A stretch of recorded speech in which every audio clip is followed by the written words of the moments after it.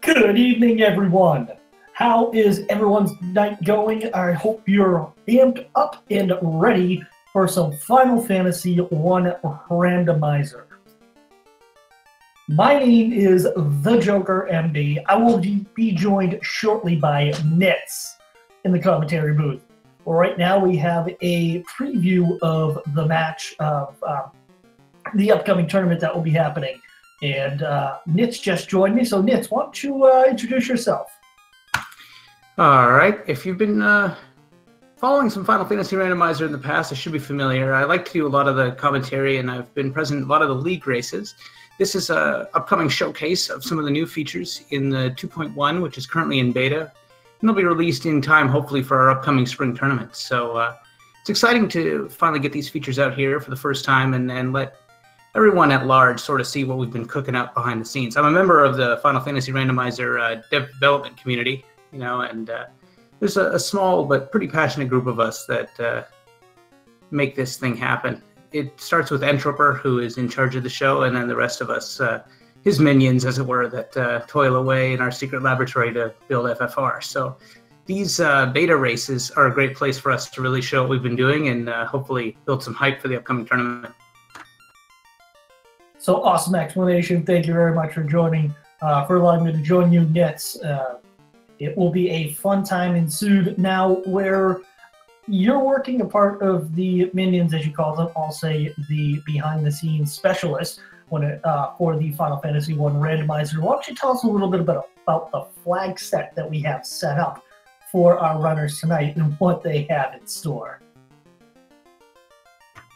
Well, I guess the 2.1 continues the trend of the NPC shuffling that was added in 2.0, but hasn't been used at the end of the league. It wasn't part of the first season of the league. So that's something you'll see tonight that's new. And then with that NPC shuffling comes a ton of different randomization potential in what you can get out of the NPCs. So as we get more in tune here, I'll highlight the specific flags as they come into play. But it's all about what's incentivized and where you can get what. Looks like we have Fire to Ice 3, but more importantly, Nuke. And at $14, it's a steal. I don't think you're going to see anybody bothering with those other spells. No, the only time I've ever expected Ice 3 is if they were going to be seeing a bunch of waters. But Nuke is going to be able to take care of that. We already got Bismarck going back to a class change. Look at that.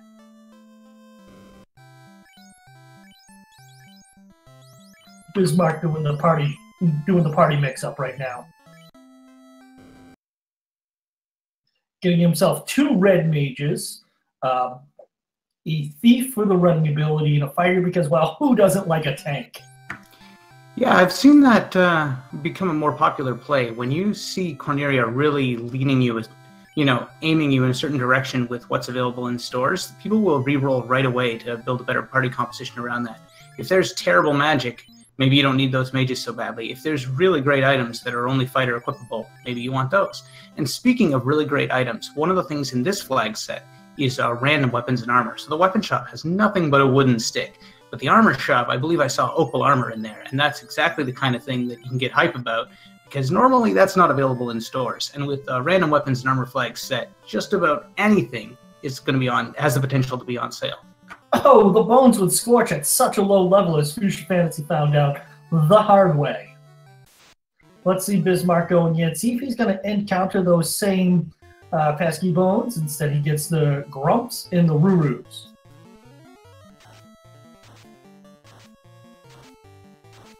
So that's the other cool thing. So what you're telling me, Nitz, is that I could walk into any weapon shop and find the Massimian? That depends on if it's been incentivized or not, actually. So there was one caveat there. If you incentivize things like a Massimoon or a ribbon, and I'll check and see now just specifically what's been incentivized for this race. I see the Massimoon, the ribbon, the opal bracelet, white shirt, power gauntlet, and defense sword have all been incentivized, which means they're not going to be available, but anything else could be flame or ice armor and so forth. All right. Thank you for clearing that up, and I'm sure our chat will be happy. And hey, chat, can we get some hype up in here for our runners and for a late night Wednesday run? Yeah, I believe the nature of the run this evening, if you were tuning in expecting a Season 1 tiebreaker, this isn't what you were expecting, because we've had a bit of a cancellation, something of an availability issue. Artea wasn't able to join us for these tiebreakers, so they've been postponed. And in lieu of that, we've got the opportunity to showcase what's coming up in 2-1 here. So while that's too bad, we got to look ahead at what's possible. So the king had an axe. It's the greatest axe of all the axes. It never takes long before it gets political, does it? Oh no, I just like to do different voices from here and there. Oh yeah, just a completely obscure voice. Yeah, and the Cornery weapon armor shot, does have Zeus gauntlets, so that is a pretty nice sighting if you want to build a party around just going ham with your Zeus gauntlets, because you basically have free lit 2 now for $4,000. That's expensive, and I don't think he's got the money yet, but you might see him pop back in and pick up a pair of those.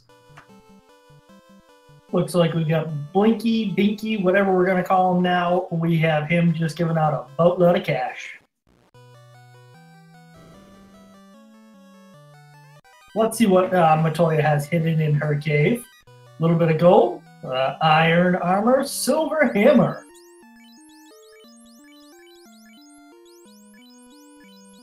And let's see if Fuchsia finds what's hiding in the weapon shop in the black magic. What do we got? We got Temper, which is not something to scoff at right now. And Warp. Warp would be very good, especially if they're going to be using certain warp strategies to get out of caves a little bit faster, as well as if they're in the ice cave to get up and get those 3 chests in one shot. Yeah, warper exit's something you always want to see at the beginning. It makes life so much easier, especially when you're talking about ordeals or ice, because you can take advantage of the ice cave exploit to get right to the incentivized chest sooner, or you can avoid the mayhem of the ordeals pillars. So that's a sigh of relief for anyone racing tonight. Definitely, and do not let Fred Coughlin, just give him some props, because the man is jumping in early into the Final Fantasy 1 randomizer, and I expect great things out of him like that axe. Hopefully he has better luck than that. So what we've done tonight, like, how is the king dishing out a great axe? That is lame. Well, they unchecked the box to incentivize the main NPCs. That means all of your NPCs that give you something for nothing, the king, the princess, Bicky the pirate, the cube robot, and the canoe sage, all of these people normally hand you an incentivized item right out of their back pocket. Well, they're just going to be any old treasure chest tonight, so no guarantees from the main NPCs. And that's kind of cruel, but that's the kind of cruelty that we're subjecting our runners to tonight for your entertainment. Giant bringing the thunder during the Peninsula Power. We got Tyro. Are you Team Steak or are you Team Tyro? And we got a rip, as Fuchsia likes to say. Team Steak, let's go. Can we get that? Salt, pepper, a little bit of garlic, flip it over, about 7 minutes each side, medium rare, delicious. I think it takes more than 7 minutes, depending on how thick you slice your Tyro. But on the second crack, Fuchsia's got a better fight there. So while they're working their way through the pirates, doing a little bit of grinding, let's recap who we've got here. So in the top left corner, we've got Fuchsia Fantasy, who is a strong finisher in the league race, somewhere around top 10. Not a champion, but certainly the type of runner that can take any race, any given Sunday kind of thing. Bottom left corner is Bismarck, a strong finisher in the inaugural tournament. And then later, I think he had a kid recently, and he's been pretty busy, but it's good to see him back on the scene and playing. So I'm excited to see how he does tonight. Top right is the legendary F. Coughlin, creator of Zelda 1 randomizer and general good guy in front of the randomizing community. And bottom right is Meridian, another developer on FFR. So a bit of a dark horse tonight, and let's see how he does. Always good to razz the developers when they try to think that they can race with the racers. I've been waiting to say this. Fred got a ship in a box. Hey! Oh! It's a ship in a box. Do not, I gotta let you know this. Anytime that there's an opportunity for a bad song pun, it's coming. I'm just letting you know. And another flag that Meridian just shows off there is our open progression, as he just walked west from Corneria to the Dwarf Cave. So that's a checkbox that opens up that. It connects the rivers between the volcano and the ice cave, and it adds a couple of docks in the northern continent near Onrak and one near the Mirage Tower. And what that does is it wildly changes the potential routing possibilities just to like squeeze a bit more variety out of this game. I mean, it's a cherished game that we've loved, but why not play with it a bit? So the open progression flag really opens it, as it says, opens up the progression. Is that the only area, Nitz, that you've done the open progression? Because I've heard little tyros tell me that you've done some more elsewhere. Right, so we've edited the mountains there, so you can walk from Corneria to the Dwarf Cave. We've tied together the river deltas between the volcano and ice, so you can canoe all the way, say, from Provoca to Crescent Lake. And we added a couple of docks near Onrak and the Mirage Tower, so you can sail all the way to those locations. And those are all of the open progression edits. Nice. So you're telling me that I don't need to give the fireworks to the dwarf to be able to get the float, if I had the floater to get the airship? That's correct. It's quite common now to find the canoe somewhere in the early game in a chest or from an NPC because of the NPC shuffle, and then to be able to canoe all the way around the initial continent, say from Provoca all the way to, say, Elfland, and maybe find the floater in the Marsh Cave and simply walk and canoe back to the desert so that you don't need the ship at all in the early game. And you can have seeds that are completely beatable without ever finding the ship, which is quite a departure from the Final Fantasy R version 1. So that kind of thing is new and unique. So if all else fails, are you able to walk over where the TNT the fireworks would be used to get rid of that extra area? Yeah, so the canal is an interesting story because it's programmed exactly the same as the bridge. So if you set foot across it without having crossed the bridge before, it will actually trigger the opening credits. And the game was always programmed that way, but it was just never possible before the open progression.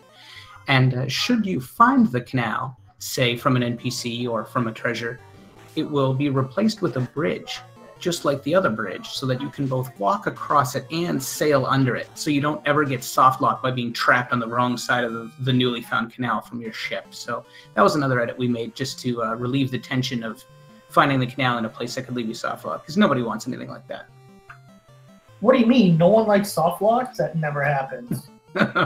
It happens plenty until the kinks get worked out, but I'm glad to say I think we've eliminated. Well, I'm going to cross my fingers and say we've licked them all for now, until someone finds one. Not to be unspoken, but on Fuchsia's side, he just found the ice shield and the flame armor, which, when they work together, will give a little bit more coverage and be a little bit better for armor until they potentially have a class change for anyone who has the fighters. So that's going to be something to be watching and looking at.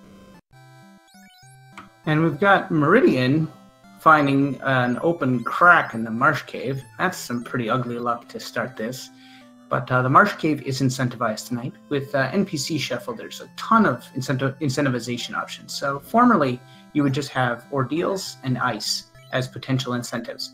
But now, there are many chests. For example, the wizard chest in Marsh, the vampire chest, the adamant chest, that can all be made incentivized because there are so many more items of interest to find. So when you're doing this run for the randomizer, what is your favorite thing to incentivize? I personally like incentivizing the tail because when I was a little kid, I was all about finding the tail and getting promoted. It was like the most glorious thing to see the Light Warriors transition from those shabby robes that they start in to all serious for business promoted Light Warriors. So I love doing that just so I can find the tail sooner. As far as dungeons go, I like leaving it pretty lean just because too many incentives can take away the excitement of checking the other chests. If you know that all the good stuff is in incentive locations, it can really suck away some of the fun of the treasure hunt. Lightning 3 to be found at the level, I believe it is 4, level 3 magic shop for black magic. And Invis 2 to not be looked over, so sorry for jumping in and doing that. But no, I totally agree. I like having the randomization and higher randomization tools. So I'm with you on that. Yes, we got another Team Steak. Can we get Team Steak in the chat? If you Team Steak, let us know. If you Team Tyro, yeah, just don't. Just please don't. I gotta represent for Team Tyro. Not so much that I'm gonna start fire here, but I feel like they're majestic animals, and maybe they don't always have to die. That's just me. I guess we have some ZaRNG in the chat. That team.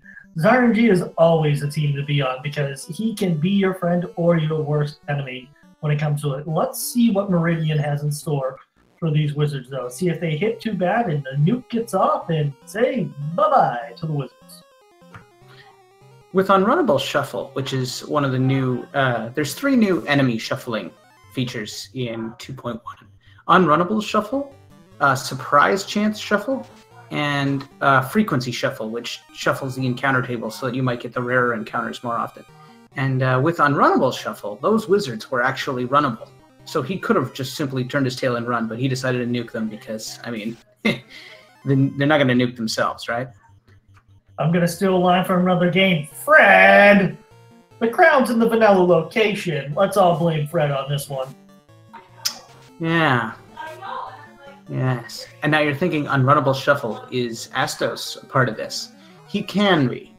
One of the flags, there's actually a set of a few that go together with respect to the fetch quests. So earlier I had talked about the main NPCs, like the king and the princess, the people that just say, here, like, warriors, take this awesome thing. The fetch quest NPCs are the ones that trade you something for another. It's a term we've coined. It's not an official name for them or anything. But Astos and Matoya and people like that, the dude in Lefane that wants to talk to you once you've learned Lay Finish. These are the fetch quest people, and they can be incentivized and shuffled or not. And tonight, if I recall correctly, they are not, which means you're going to get the vanilla quest here. You can return the crown to Astos, he'll give you the crystal, Matoya will give you the herb, and the elf prince will give you the key. So that was a big pickup on Fuchsia's side, even though Fuchsia won't be able to use it quite just yet, the defense sword. But if Fuchsia is going to be using that for any type of, be able to equip it to his magic dealers. I mean, one of the black mages that he has, because it will be able to stop a lot of physical damage if he can just keep casting it. But it'll be interesting to see what everyone else who has a fighter in their team will be using for that.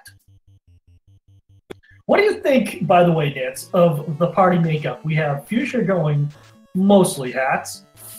We have Fred going with the traditional, what you would see, I would say, when you would play vanilla as a child. You got Meridian with the One Punch Man and spread magic and damage in a tank. And then we have double hats, run, and tank on Bismarck's side.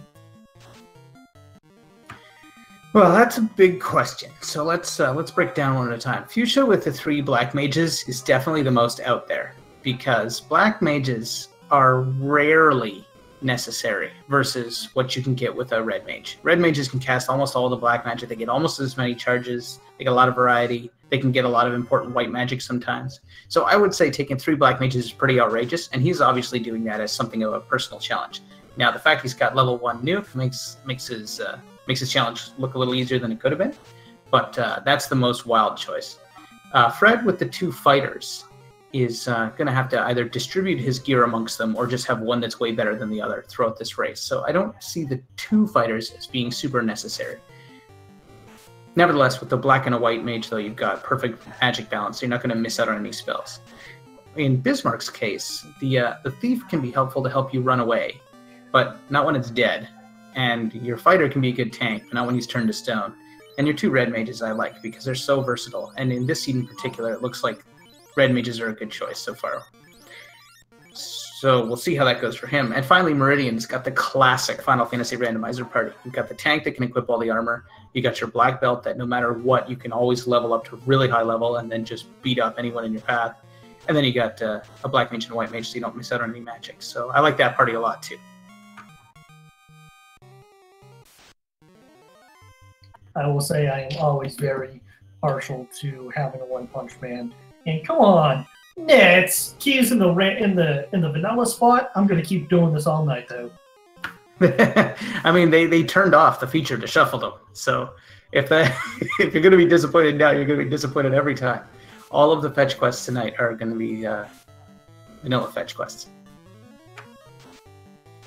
It's okay. I'll forgive you this time because Czar, correct me if I'm wrong, you're the one who made the flag set. It's okay, Czar. We still like you. I had nothing to do with it. I'm just lined up to be shot here. All right. And Bismarck finds his defense sword. He's got a bit of a... He's going to use his 2 warp charges here, and he's going to try and get out of the first floor.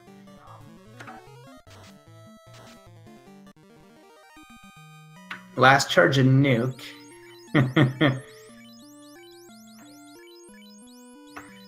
I'm guessing he knew they had poison, so he had to go for his nuke there. Now it's really a race to the front door. Much like my personal life, but we won't get into that right now, Nits. So we got Fuchsia running away after opening up those 2 chests in Astos' castle. We have Meridian raiding Elfland. They have rights to... Come on, Meridian. Don't steal. The poor coffers, he only had a couple of heals and like $3,000, but he picked them clean just the same. Ouch! Bismarck taking the dart nap. At least he knows where he's got to go and what is good for him on his side. And yes, Czar stating that we have Ishbin Maya on off-stream as well. We'll keep our eyes on him, too. Let you know if he's got a chance to steal it tonight.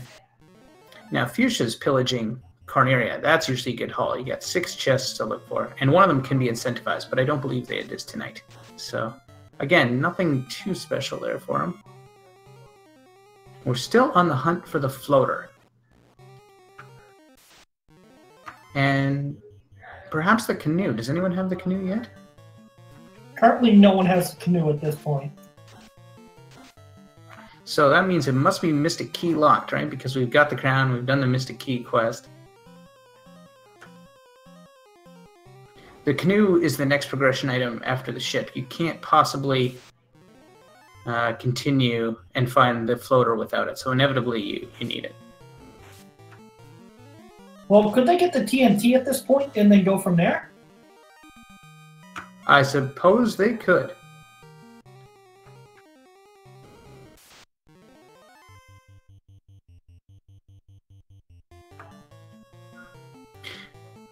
Yeah, because the fetch quest NPCs are vanilla, you'll find the TNT and give it to Narek. If the fetch quests were shuffled, you can often find the canal directly. And the TNT, when given to Narek, he'll give you any old thing in exchange.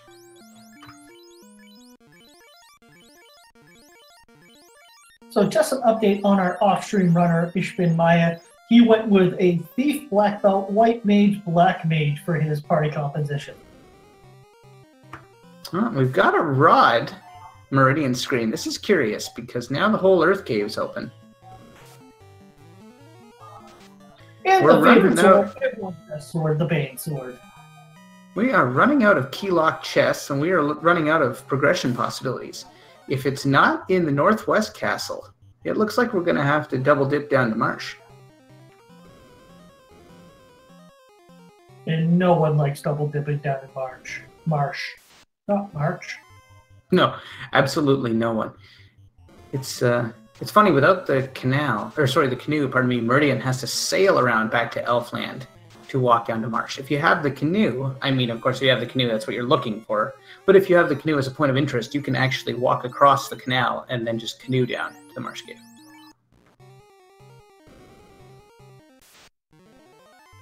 Meridian checking the coffers in Cornelia. Okay, you can't blame him for doing that. The last place anyone wants to think that they have to go back to is Marsh, right? He's really hoping to find the canoe here, and he's not gonna.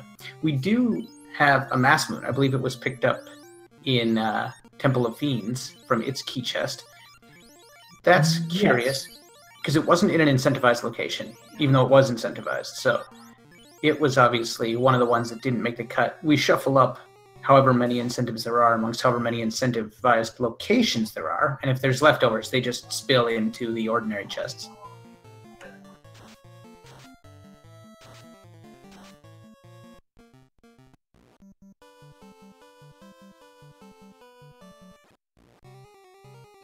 All right, looks like Fred's setting sail back to the south.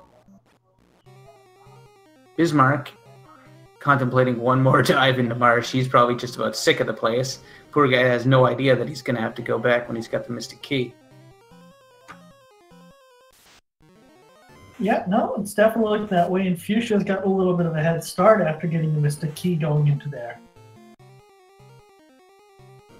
There's the canoe. Dun da da da da da. It So I had gotta to be ask. somewhere. Ask away.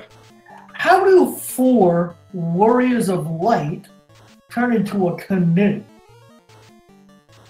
It's more like they just portage it everywhere, but it's not particularly exciting, so you don't see them carrying that thing around. Now, Keylog Canoe is a wow, but let's watch out, because there could be anything else down here, too. Just because we already know that there's extra incentive items, and they spill over into leftover chests. The Masked Moon was proof of that. Now, that may have been the last one, or there might be another lurking around, so there could be anything down here.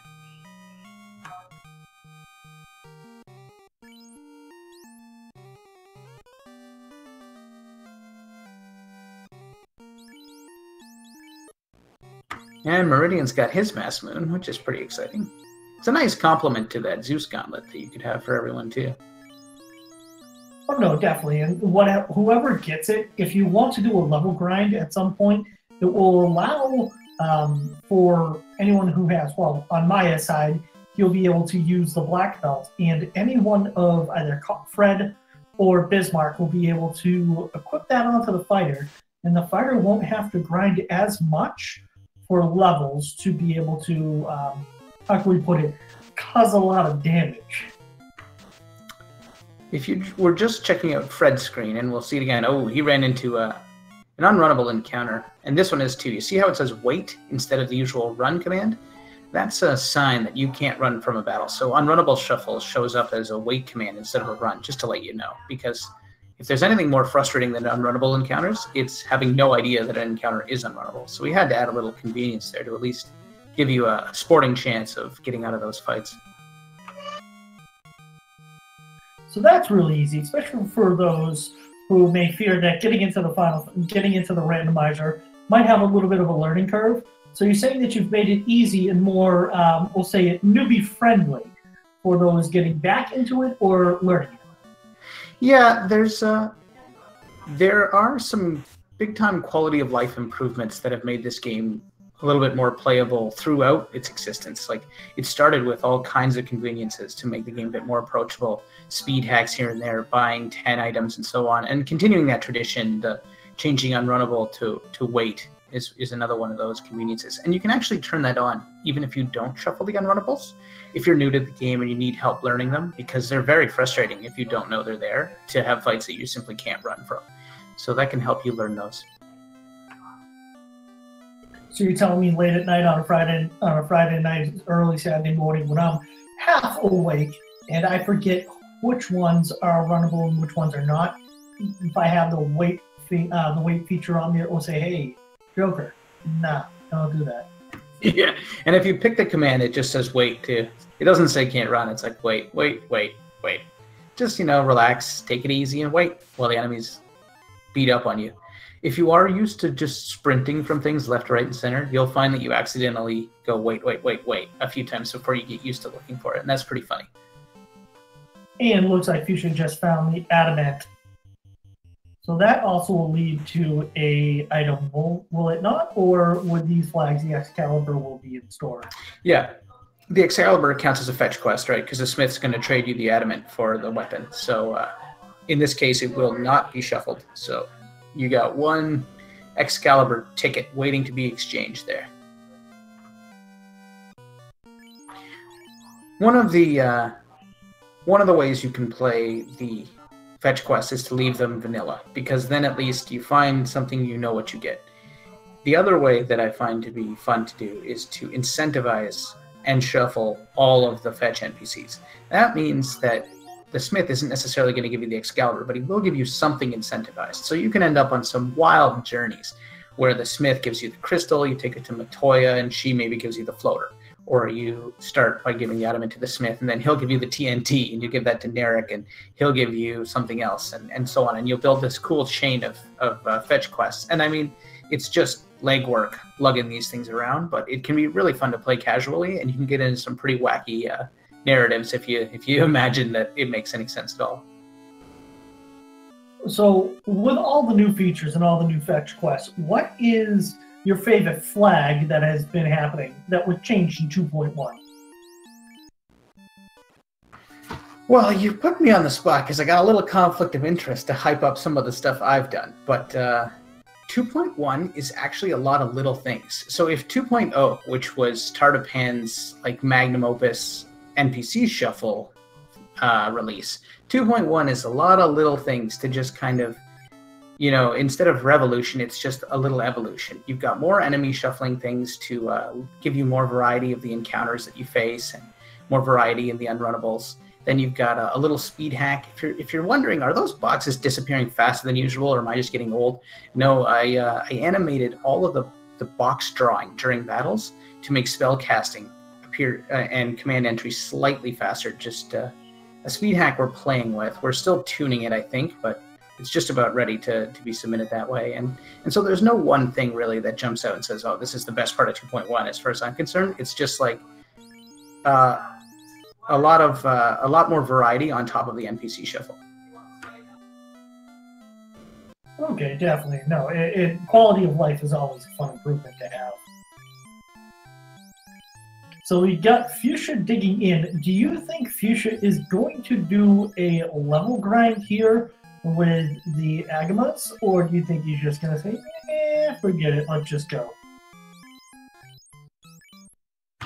So a lot of that decision will usually come down to the scale and the items you got in your hands, right? So let's, we know that we've got Zeus gauntlets for sale, so he doesn't have to worry too much about magic. He's got a lot of black mages, which don't need the levels, especially when you got level 1 nuke. I don't see a huge grind in his future, but I've been proved wrong so many times. And the other thing is that we've got 5 times experience and plus 500, so that's crazy LOL XP, which means you should be able to get all the levels you need just kind of while you walk, if you will, just taking fights here and there as they're convenient.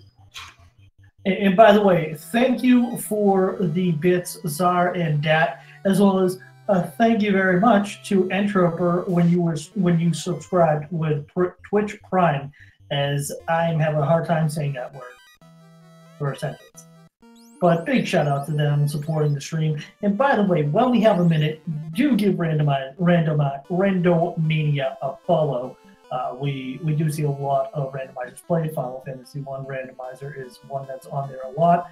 They are a big force in the randomizer community. Very welcome, very friendly, and a lot of good randomizers on there.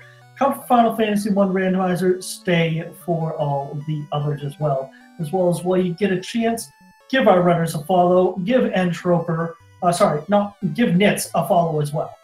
Hi, I'm Nits __, and if you want to say you followed him first, you're too late. But if you want to say I was one of the first 5 people to follow that guy, there is still time. All right, so going over the changelog that Entroper just pushed up about what's new in 2.1 is like a cute walk down recent memory lane for me. And I guess if I had to pick a couple things that stand out, I think that the random items in shops is probably the most interesting, or perhaps the Chaos Rush, and I'll talk about both of those. The random items in shops we already saw, as we have Zeus gauntlets for sale and Opal armor for sale, and it's pretty wacky the first time you got like Masamoons for sale, and you're like, okay, because it can really, really change your strategy. Yes, of course, it makes the game much easier. But when you're racing, it doesn't really matter how easy it is. It matters, can you win faster than the other person, right? So I like how like completely upside down it turns it. I wouldn't recommend it for every race, but for a laugh, it's definitely an awesome flag. And the other part about it that's so much fun is that it was just an open statement I made while covering a race, and a new developer to the team, Septimus, just like showed up with a patch to do it one day. And he's like, hey guys, I really wanted to get involved. So I looked into it and here's a patch. And it was like, we just added a new guy to the team because he came out of nowhere with a patch to add random weapons. And that was pretty damn cool. That might be a half-truth, but Steven did show up with a bunch of bug fixes. It was actually TardiPan that wrote random items in stores. I'm sorry, that was a great story. I wish the word of it was true. What Steven did do is a couple of the really fun bug fixes, like making Exfer work. So Exfer is a spell that no one ever cast as a kid because they didn't understand what it was supposed to do, let alone the fact it didn't work. But you can cast Exfer on enemies to eliminate their elemental resistances. And now that spell actually works. And because it has ridiculously high accuracy, you can even land it on Chaos about 25% of the time. And that means that it increases your chances of bracking Chaos from about 1 to about 6%. So if you want to be a total badass, you can Exfer and then turn Chaos to stone and just walk out of that fight like a stone cold winner. So I'm looking forward to see the first time that happens in a race. So Fuchsia Fantasy, just giving a little bit of update. Fought Carry went off like a nuclear firework. Yeah, well, when you got 3 black mages, everything's going to look like Scorched Earth, isn't it? Yes, and that's kind of the policy a lot of people go about life. We on the off, we have Ishbinmeyer going into the Ice Cave. Don't know if we're going to do any type of spoilers, but we'll keep an eye on his stream. We got Bismarck digging back down into the Marsh Cave, everyone's favorite cave. And we got Meridian burning it up on his way to the bottom of the volcano. I'm going to let you know, I'm expecting Meridian to do a little bit of a grind in the volcano on the Agnes.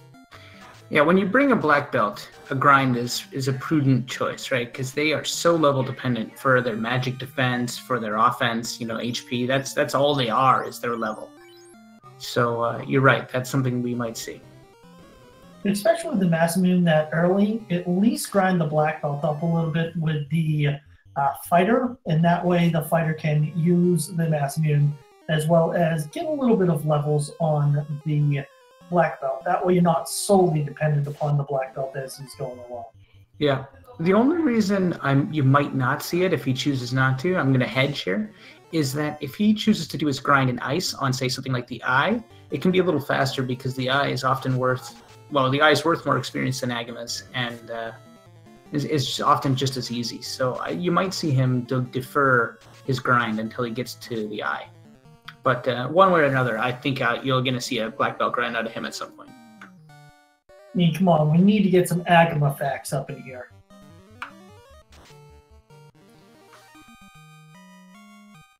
The Agama facts are all the best facts. Looks like we have Fuchsia joining Maya in the Ice Cave. So when you're racing, are you a part of the team that rushes directly to the volcano, Nitz, or do you go to Ice Cave first? Most of my racing is within the context of development practice. I wouldn't be what you call a hardcore speedrunner myself. But to answer your question, it depends on if they're both incentivized or if one or the other is. If ice is incentivized and my party's got a chance at beating it because maybe we've got warp or ice or some good AoE, I like checking the incentivized chest there first. And I like doing the grinding on the Eye as well because good source VXP usually really easy. Otherwise, I mean, you can't beat the volcano for early game chest density. So chat, by the way, take advantage while we have one of the developers here in the commentary booth. If you have questions, if you're new to the game, ask away. And yes, lots of black mages do need nuke early and insta-death over time. Yeah, you talk about a glass cannon build. I mean, 3 black mages is going to be pretty scary when you're facing down the barrel of Temple of Fiends Revisited. So we'll see how this party shakes out for Fuchsia. Right now, he does seem to be free and clear in the lead. Well, what Fuchsia would be one to look for right now is probably that white shirt to be able to cast Invis 2. That would be pretty big on his side, which will allow him to cast Invis 2 in the TOFR when it comes to fighting everything all over again. That way it makes it harder to hit. And you called it. It looks like Meridian is whittling down his party. He's got the Mass Moon popped on there. Still just level 11, so this is no gimme of a black belt grind to start with. I mean, the Mass Moon does grease the wheels here a bit, but he's going to have to be a little careful. Those Agamas are not to be trifled with, more than 300 health. Now, the other little known thing about the black belt is if you level up, if he has, say, equipment on, you go back in and he levels up, and you just leave it that way, you don't check on his armor, you're losing, you're basically just going back to kind of basic stats. But if you go in and check on his armor, if you say you have like the ribbon, you'll get the protection from the ribbon, if I'm correct. I don't want to make a liar out of you, Joker, but that is old advice. Well, I am an old person. That's all right. Meridian himself fixed that bug in I believe the prior release. So now if a black belt has anything equipped, he will always have absorb based on his equipment. So if he has a ribbon, he has 1 absorb, and so on.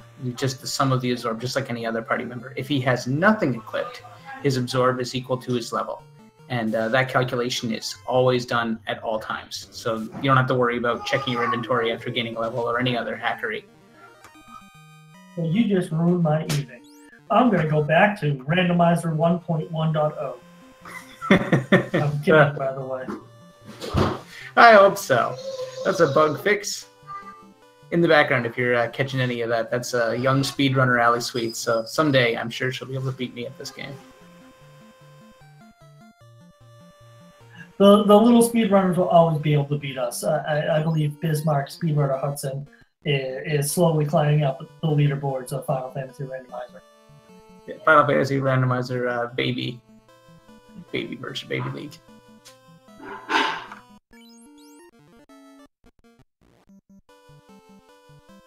Well, in no due time, we'll all be sitting here going, back in our day for Final Fantasy Randomizer. I think we're already doing that, Joker. I gotta be honest with you. Yeah. Take the randomizer off the end, and we're pretty much already in. I'm in a rocking chair right now, actually. Yeah, I remember what got me into the Final Fantasy, the FFR 1 randomizer. I remember when it was not even let alone NPC shuffle. It was just not even magic shuffles. It was very, very early stages when we came across it. Yeah, I discovered this game by watching Google suggested videos on demand on YouTube. And you were one of the first commentators for a race that I had ever seen of this. And you telling me to join the Discord and to get involved and check it out because it was really awesome was exactly what caused me to get involved, because it's really awesome. So I want to say personally thanks to you for getting me started, and I want to pass that on and say if you're out there and you're watching this and you think this is interesting, or you played Final Fantasy when you were a kid, or you didn't, this game is pretty great and you can have a lot of fun with it. Thank you very much, Nets. I do appreciate that, and everything you've added to this community and to the randomizer. Keep up the good work, and thank you from me. Yeah, that means a lot. But yes, definitely join in. It is a fun group, and even if you don't run, I'm waving at the camera right now, as much as you would like to, as well as, you can see from other people who add to the community. Oh, Mux, I'm going to stop that right there. Mux being the bad guy in the corner getting the crack out to everyone. But that being said, even if you don't run, there are plenty of things that you can do to help grow the community, whether it's a beta tester, whether it's just jumping into Discord, having fun. You see something, the more eyes, the more bodies we have going through this, the better. As well as, if you're good at talking to people and you can't do running, and your speed running is more like called sundial running, jump in, have some fun. Sometimes you gotta talk before you can run, right? I barely can talk. Running, no. I don't do that either. My doctor keeps saying regular cardiovascular activity is needed, but yeah, it just doesn't go. Speaking of not running, Meridian has been just steadily pounding those Agamas down here, so this is traditional. I remember before the race started, Trenton offered a one piece of advice: get a black belt, go pulverize Agamas till you're level 32, and go win that race. So let's see if that happens. This is a SAR-inspired grind. I watched him race this game many times. He picks something. He walks around, he's like, who's it going to be? And then he says, you. And he just pulverizes that encounter till he has the levels he wants. It's a strategy that is proven to work. And it looks like Meridian's on it tonight. Hey, no, definitely. And that carried a lot of the individuals through the original tournament. And even on Bismarck's side, you see him doing kind of a collective grind for his fighter and 2 red mages. That way the red mages can get a couple more casts, but then also getting his fighter up to a slightly higher level. He won't have to grind as much, but the grind will pay off just as good. Yeah, I like the eye grind because it's that much more EXP than the Agamas. And tonight, as you can see, the eye is kind of pathetic. It's got Scorch, which is no big deal, but it's even easier to one-shot. But I mean, Meridian's got the levels now in his black belt, so everybody's one-shot and everything. But both grinds get the job done. Bismarck just found a power bonk in there. It was in the incentivized chest right beside the eye that he's grinding. So that's a pretty good find. It's not a progression item, which you might have liked to see, but it is going to help him win the final fights for sure. Can't go wrong with the power bonk. And I think Meridian still has the ice cave to go to, so he'll find that power bonk, throw it on his black belt, and be able to really go through a lot of stuff and just one punch him.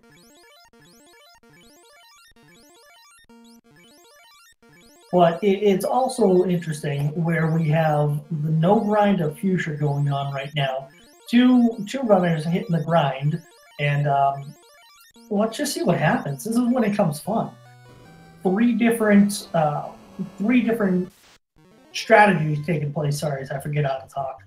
And yeah, this is the fun part about the randomizer. There's no wrong way to play it, theoretically. I mean, some ways are just more right than others. But yeah, no wrong way. Fuchsia ahead of the game in the Earth Cave. Still out in front, without a doubt. Finds his first pro ring. I'm going to do my pro ring hype. If you're like, what's the big deal with the pro ring? I'll tell you what the big deal with the pro ring is. They have 8 absorb, they resist death, and everybody can equip them. They are the best piece of hand armor in the game, and you don't have to remember anything else. That's why I like pro rings. Hey, and they have, I think, the same defense as the Opal Gauntlet, and if not the same, more than the Zeus. So you're right, there's no downside, because they don't come with the negative aspects of decreasing.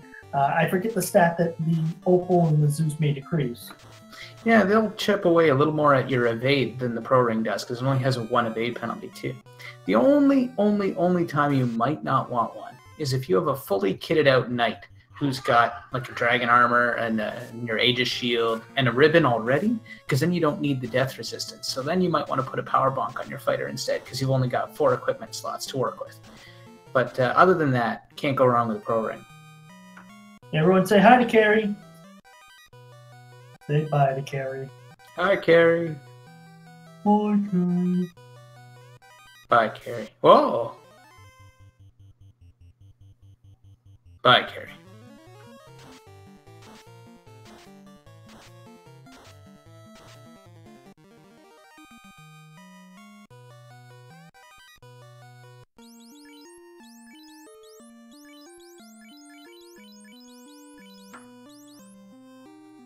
Since we had a pretty early rod finding, it looks like Fuchsia's gonna head all the way down and take out Lich now.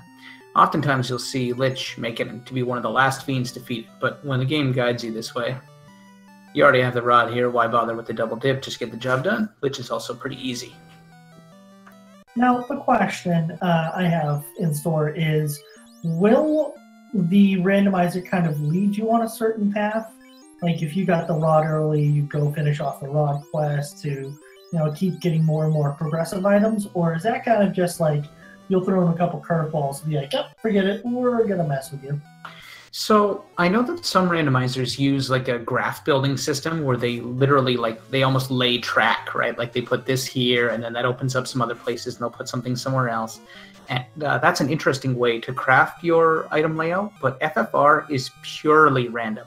So the only decisions it makes are like, it will never bother putting the ship somewhere you cannot get to without the ship, right? Because, so it does a couple of optimizations to place things where they kind of have to be.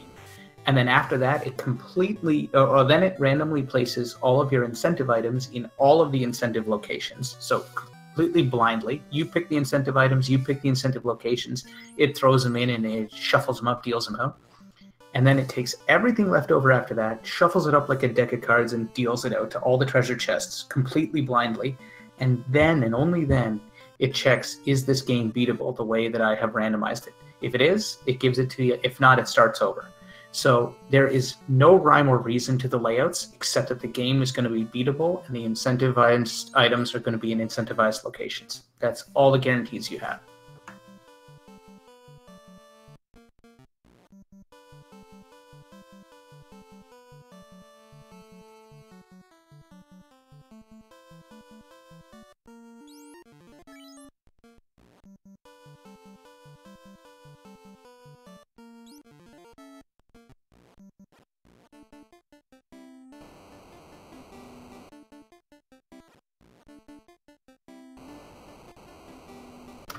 Yeah, so Bismarck enters Volcano as Fuchsia reaches the bottom floor of Earth.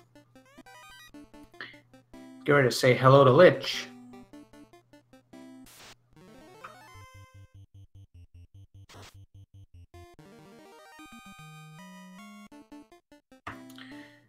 And question from chat. Any thoughts on a spoiler log?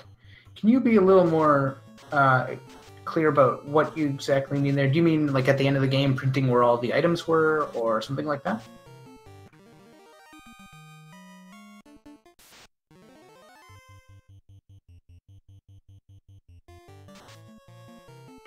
So that last thing that you were talking about with no like linear progression got me thinking, is there any way that you could add incentivize something that was not previously incentivized, like say another NPC?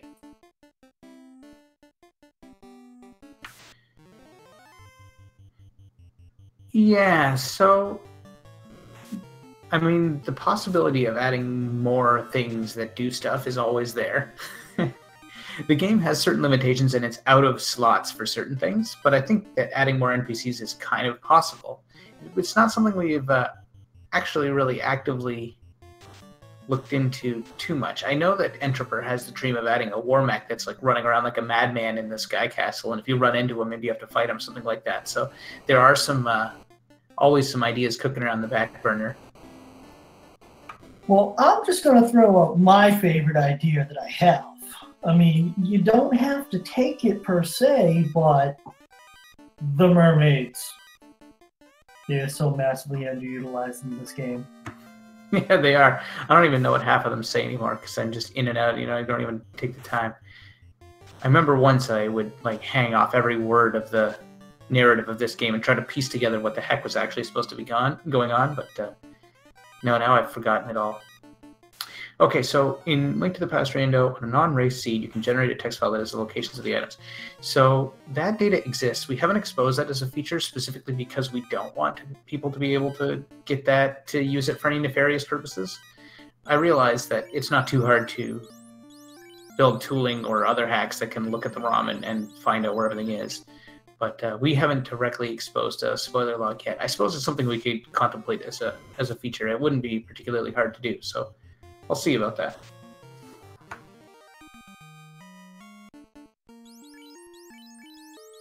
Evil, it's okay, because guess what? Randomania 2 will have the beginning of this on its Twitch channel. If you give it a follow, you'll be able to pull it up when we're not online, as well as when you have a chance. Give Randomania 1, 3, and 4 a follow as well. So this has been a pretty wild seed, eh? We We look to have a northern continent floater. I have to ask, are you a fan of the Toronto Maple Leafs right now, Nets? Oh God, I turned away from the score of that game to come do this race. So what are you going to do to me, Joker? How are they doing? Do you want me to spoil it? I will spoil it. Just tell us all. 5-4 the Bruins. And if you can't tell, I'm a Boston fan. That's a familiar score for me. You know, yeah. I'm just waiting for them to find a way to mess it up. I've seen it happen one too many times for a Bruins fan.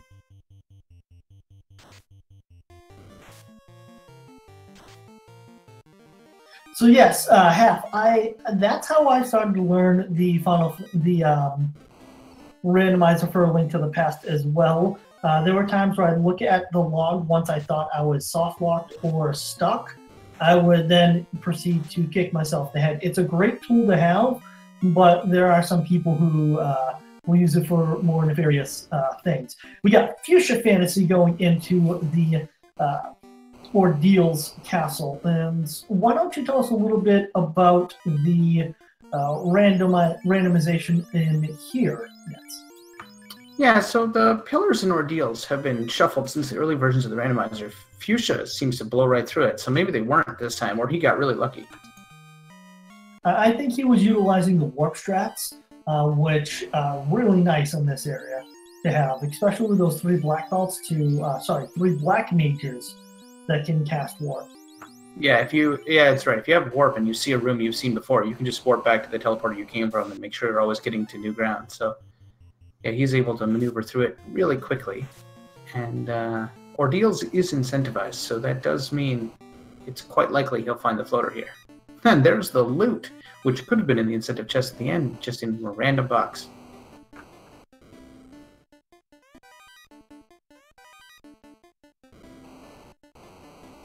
Here we have Fred getting the cabin for his hard work.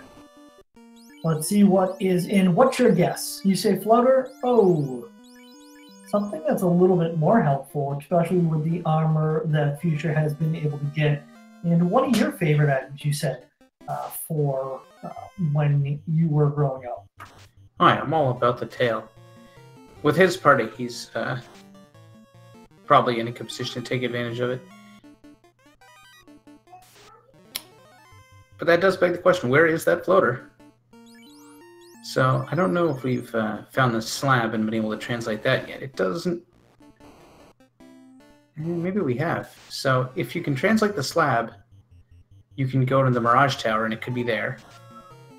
Otherwise, if you have the bottle, it doesn't help you because you're not going to be able to get the Oxio without the floater. So the last place you can look is the volcano. Or the waterfall, excuse me. Well, volcano, waterfall. Easy mistake to make. They're almost exactly the same thing. Oh, they're all the same at this point. It's okay. Could it be a vendor item as in the item shuffle?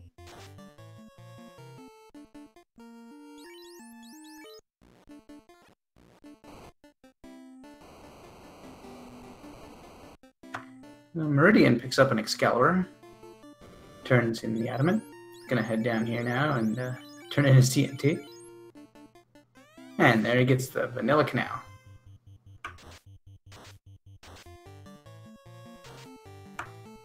If you haven't watched the seed in a while, you're thinking, of course you get the canal when you turn in the TNT. That's what you do, because that's what you basically had to do in every single pre-2.0 race. But with NPC Shuffle turned on, that's actually a pretty rare occurrence. You almost always find the floater from some incentivized NPC before you leave the Inner Sea. So this is actually pretty rare. And then to not find it in Earth either, to have to go all the way up to, say, the waterfall, we'll see if it's here.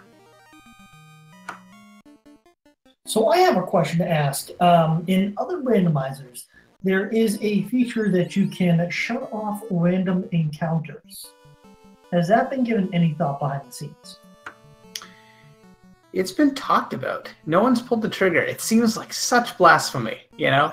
But I bet you as soon as somebody does it, everyone's going to be like, "Oh, this is great! I can't believe we used to play this game with random encounters." So I mean, it's just a question of somebody getting off their butt and actually making it happen, and then the world ending as we know it. Joker, pardon me. Is it even the same game once you shut off random encounters? No, the answer is it hasn't been Final Fantasy 1 for a long time now. It's taken on a mind of its own. I'd say even when the random encounter is taken off, you're still going to want to pull out your hair. I did not have as many gray hairs as beforehand, and I wish that we saw a out-of-bounds bat on Fuchsia's side. What happened to the automatic out-of-bounds bat? Bring him back. It was too much. It's supposed to be a naturally occurring thing. So you're saying that he's back to his natural habitats? I'm not 100% sure what the story is with the out-of-bounds bat right now. I haven't been keeping up. Pat just going, so now he's like, well, this floater better be in one of these boxes. Got a ribbon. Got a random encounter against some Paralisks. Could we have a vanilla model by happen chance? Yeah, have we found the vendor item? So with NPC Shuffle on, that also means that the Caravans item gets shuffled to some other shop generally. Oh, there's the floater. Shop Shuffle does that actually, not NPC Shuffle. NPC Shuffle. Wow. Now that is a waterfall. So we knew it had to be somewhere, and there it was, in like just about the last place you're going to look. And now the long journey back to the desert. Could you say that they need to go chasing waterfalls? Wow. Accurate. Well, TLC was wrong. They do have to chase those waterfalls. I'll be sure to let TLC know. Oh, we already got the first boo in chat. All my puns are mostly bad. It took this long for us to get the first boo? That's got to be something of a record.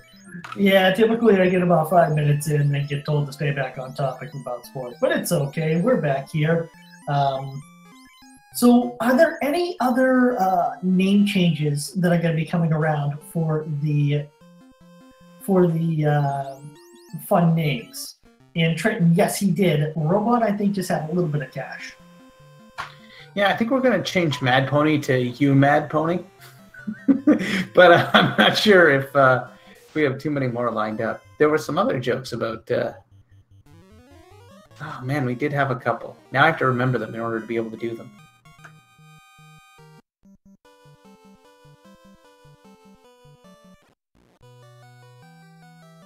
If it was long enough, we could just call the iguanas blue Agabus and then green Agabus. Kind of like the Argoyle. Yes. Or the Georges. We really like Georges. Argoyle should just be changed to Argyle.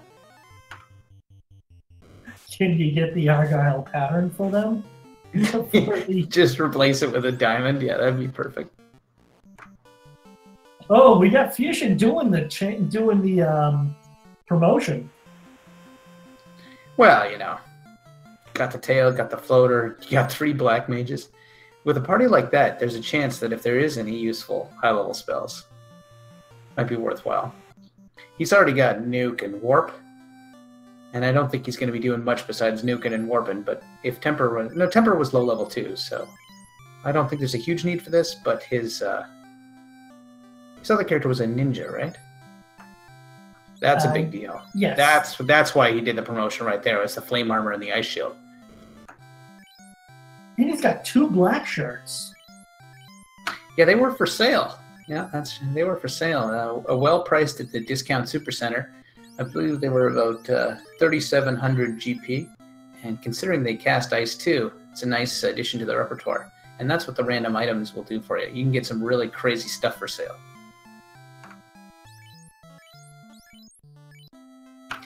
Yeah, the first time you walk into a store and you see ribbons for sale, you're like, oh man. It's a game changer. No, definitely. What would, I don't know if I've asked this yet, but what would be the one item besides Massenet that you would want to be able to purchase? Well, ribbons for sure. And then after that, I mean, you can't have... If you can buy things like a power bunker or defense, it saves you having to look for them. I would go with katana. Because you know what? I like the red pajama party. Is this like a sleepover? Oh yeah, dude, definitely. Come on, you gotta have it. And to answer Trenton's question, Ninja should be able to learn Nuke because I believe they can learn every spell for the Black Mages on 1 through 4. Yeah. So the Ninja will have another cast of Nuke. Some more Nuke and some warp charges as well. Probably not a big deal. Oh, Saar pointing out, weapon stats has been unchecked, so the defense sword is actually a pretty darn good weapon too.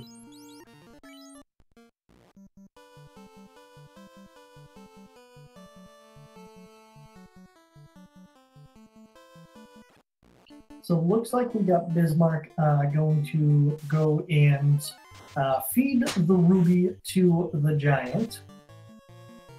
Help him out. Come on. We got Fuchsia cashing in that slab, looking to be going to the talk to the guy who teach you Lefane. Dr. Un. Don't wear it out. The legendary Dr. Un. He is such a scholar of linguistics. The man can master and teach a language within seconds of seeing its seminal documents. So, I mean, you got to cut Dr. Un some slack. The guy's clearly a genius.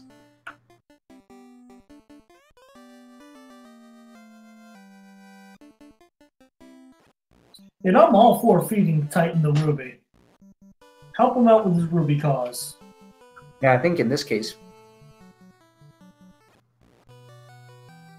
we're going to see on Bismarck's side if it indeed was required. I believe it was because doesn't he have the rod? Nope, gold. Yeah, the fetch quest. Sorry, the main NPCs weren't even incentivized, right? So they're all going to give out most garbage. Did he check the chests though down there?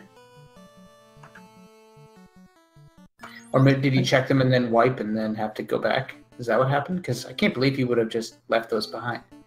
I'm not positive. I think he may have checked them earlier. But we got Ishbin Maya off screen going for a full clear, it appears, on the Earth Cave. We got Fuchsia going to get the chime to get into the tower. Yeah, I think Maya's probably full clearing Earth because he knows that the floater's got to be out here somewhere. And since the main NPCs weren't incentivized, the cube bot isn't either, right? So there's no guarantees that it was in Waterfall. It just happened to fall there by pure luck. It's about the longest format NPC shuffle seed I think I've seen in some time.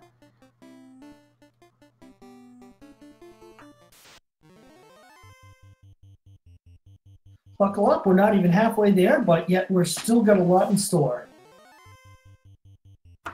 Yeah, sometimes the pace picks right up now. You got your airship. Fuchsia went and got the chime. He's got the cube already, or no? Maybe not. No cube.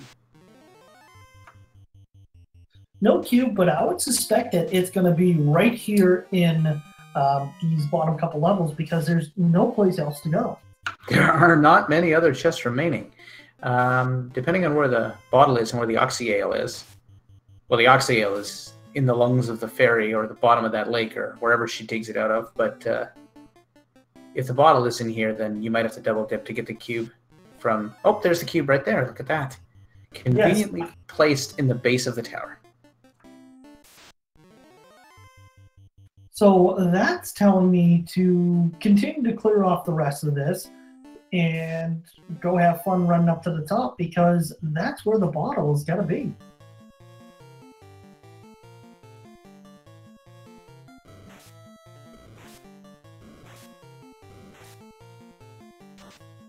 So the reset on Fuchsia's side brought another question that I've been thinking of for a bit of time, and that's has there been given any thought to make the encounters truly randomized? Because I know that right now it's on a kind of encounter table, but is there any way to truly kind of just mix up that entire encounter table?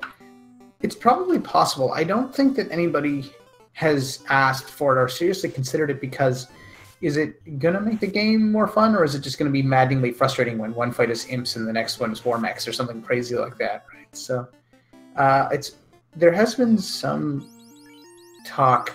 One of the things that we've been playing with is maybe just changing the 8th slot in every table to be something really scary. So the 8th slot in the encounter table only comes up 1 in 64 encounters, very rare.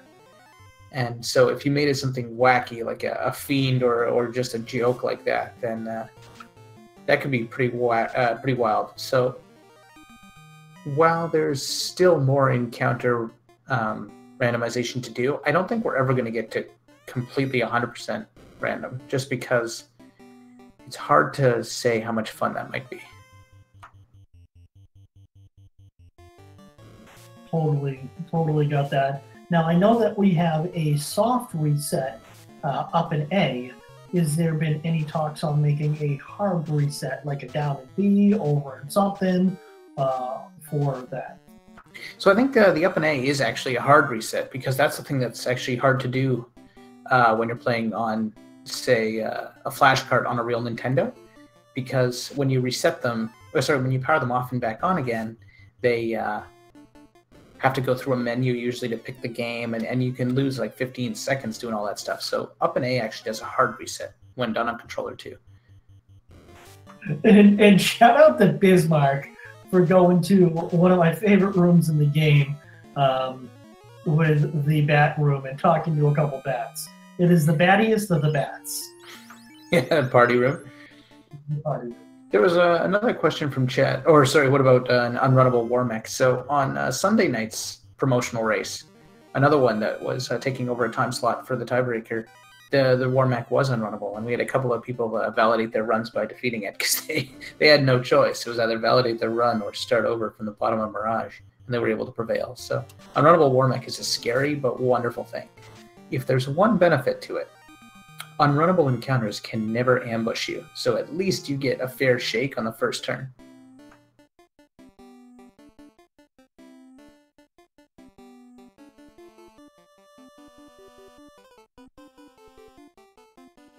So at this point, the bottle's gotta be in the tower. Unless it's tucked away, because I don't think we've seen the item shuffle, the caravan item shuffle, unless I missed something. Yeah, I don't know if anyone has been to the caravan, so the caravan may have the shuffled item. Has anyone ever set foot in on-rack? Because the on-rack item shop may have the shop shuffle item too. I don't think so. I think those are the last 2 spots, and that means Fuchsia's going to do a full clear of the Mirage Tower and Sky Castle. And also, has anyone been to Gaia? Because it could still be in Gaia, right? Correct, yes. So those are the 3 remaining places. And we get the Ira visiting us.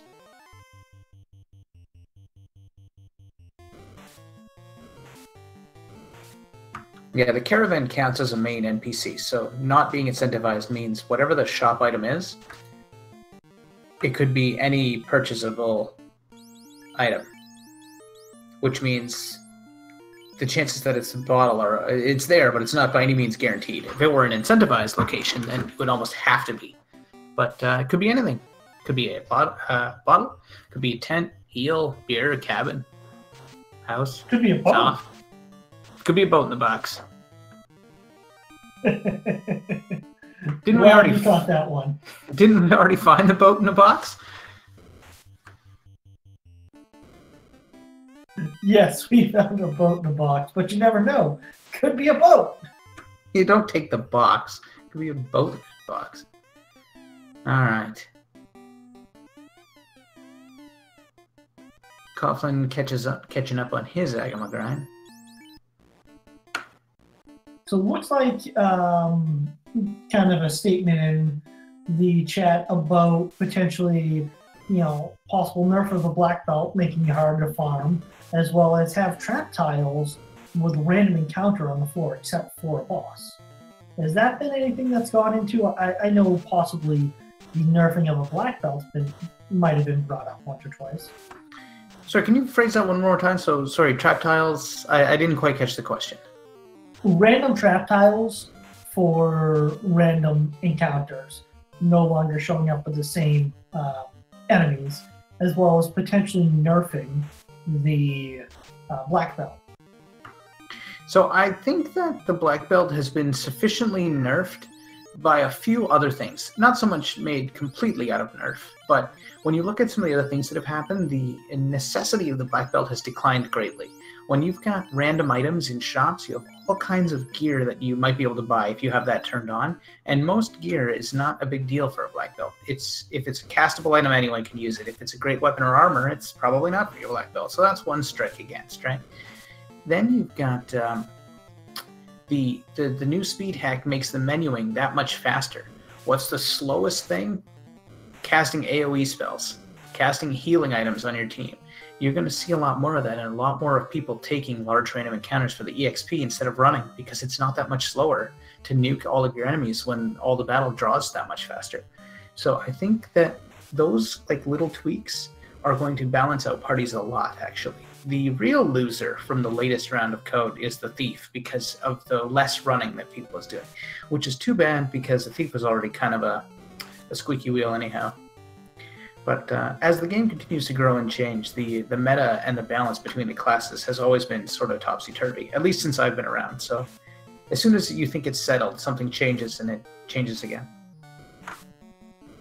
Oh no, definitely understandable. There are many people who are better at the game than myself who will find different ways of winning. And the other question about the trap tiles, did you mean moving where they are or moving what they were? Both. Is there a way of putting random trap tiles or writing different enemies into those trap tiles? So it's not too hard to change what the fight is, as long as it's always the same fight for a given tile, because that's pretty much fixed. You can change what the fight is, but you can't make it different every time you step on it. And then, not easily. And then the next one would be changing where they are is a bit more work, but it's not impossible either. Making the trap tiles in random places would be pretty wacky.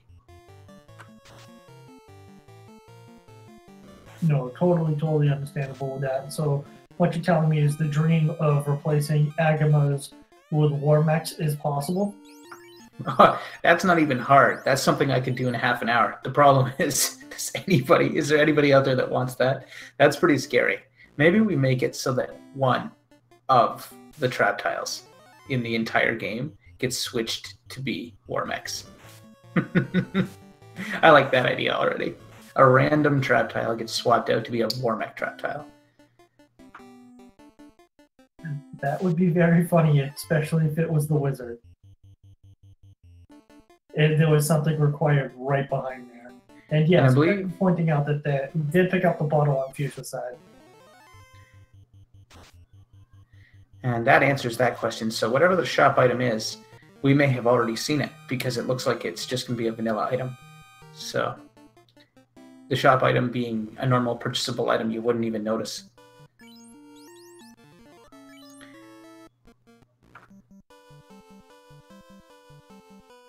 And sorry to be the bearer of bad news, the Bruins do defeat the Toronto Maple Leafs. It's tragic for me, but the good news is now I don't have to have any more stress of them in subsequent rounds. I can move on to cheering for the Jays again. They're having a good season start too, considering where they were in spring training. I will abstain from this conversation as a spoiled Red Sox fan.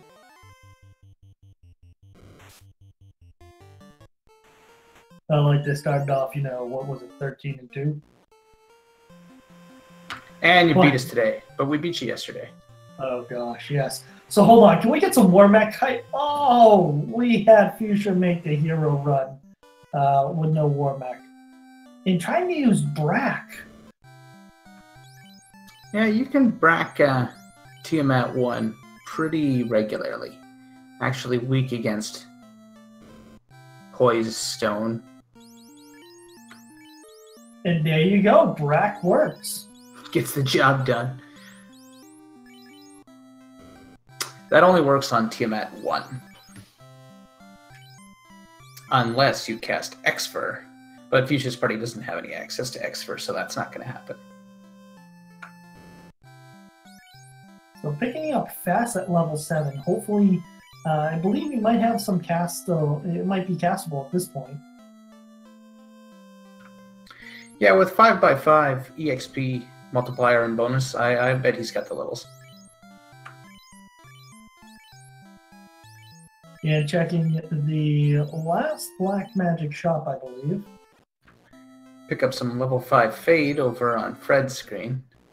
Can't say no to that for your White Mage. No. Makes it easier and nice to have that extra holy spell. We censor that stuff in North America. You can't just go calling spells holy.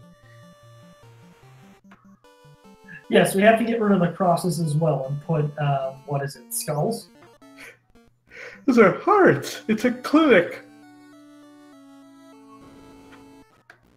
Oh, in dungeons they put skulls and candles. Oh, yes, it's the skulls being replaced by candles. Sorry.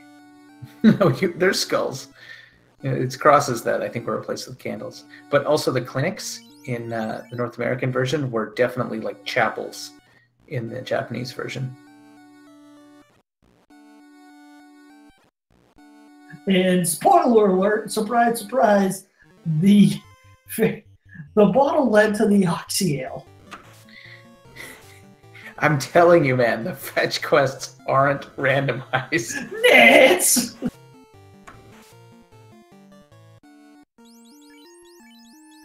It's now just become the fun part. So, Fuchsia's going to be making the boss run to Kraken too. Kraken, and see what she has in store. And then hitting up TOFR.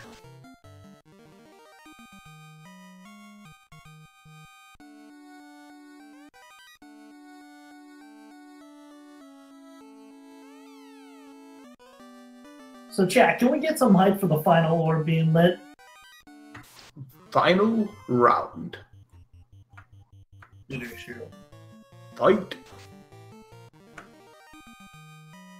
Hey, look, it says wait. That's awesome. Yeah, one of the tragedies of the encounter shuffle is that runnability is done by formation as opposed to by enemy. So, and every formation in this game is actually two formations linked together, called like formation 1 and 2, and there's 128 of them. And it just so happens that the Wiz Sahag, our Sahag fight that Fuchsia just got is linked with one of the bosses at the end of the game for like no good reason. I think it's linked with the pirates. That basically means because you don't want the pirates to be runnable because they're like a boss, the Wiz Sahags, our Sahags are never runnable either. Okay, that is awesome to hear about that and kind of be answering the question in regards to it.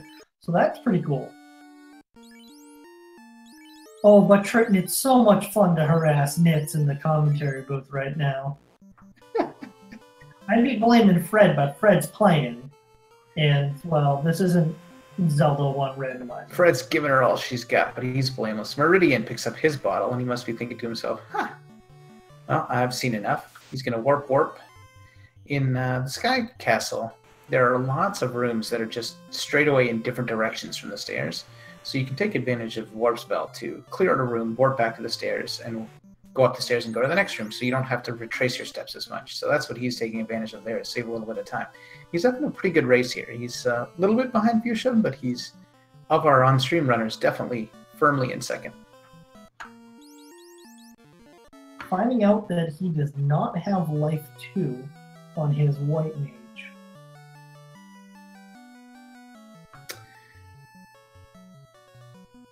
And he is in go mode right now, so he can just make a mad dash to the end like Fuchsia.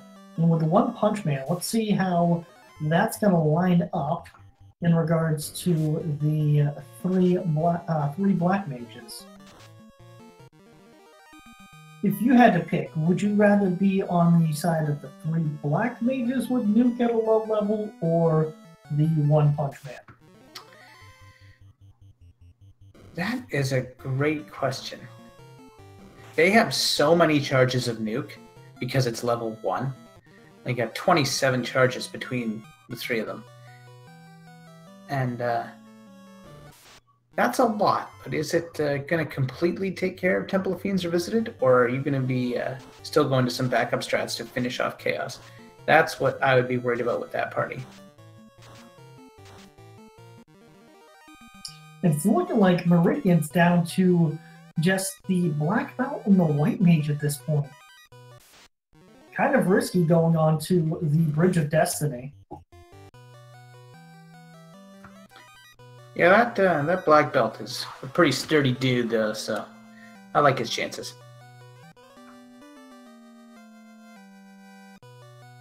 And Bismarck finding the inevitable. Oh, we got War Mech hype. Finally, got his floater in his slab. Must be thinking, oh my goodness, like the last 2 chests that they could possibly be in. Yeah, the interesting fact is you can lose those casts of Nuke very fast. But the one thing I like about this race is it has been very unconventional. So those that the typical runners that we would see going through, it's not copy and paste as you would see before. Yeah, and it's an exhibition race, right? So Fuchsia's exhibiting something here, and that thing that he's exhibiting is madness. I don't think you would see him take a party like this in any kind of 4 stakes situation. But he's going for it for the show, right? And it's all for the memes and the hype. Yeah, exactly. And I like the play from that perspective. Also, who can say no to 27 charges of Nuke? The answer is, the only question remains is it enough?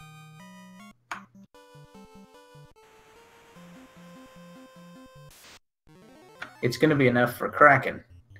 But I think he's going to try and bracken the Kraken just because you can get into some real problems here if Kraken starts one-shotting everybody before you finish nuking them. And there, down goes Kraken. I'm going to say yes, and Kraken did get bracked. He is just kind of like finessing his way past the first round of Fiends. Those tricks aren't going to work in Temple of Fiends Revisited, though. So Fuchsia has lit up all 4 orbs and going to be heading up to the Temple of Fiends Revisited. Going to be filling up on, I would imagine, heal potions and fully reviving his team. But looks like he's going down to visit the mermaids? Is he hoping for another ribbon? He's got warp, so we can get out of there pretty quick. It's not too big of a trip. I think that's got to be it, because at this point, hoping for that one more ribbon is the reason to make this other deep dive down, because if it's not here, it's going to have to be in the Temple of Fiends Revisited, and he can check a couple chests very easily.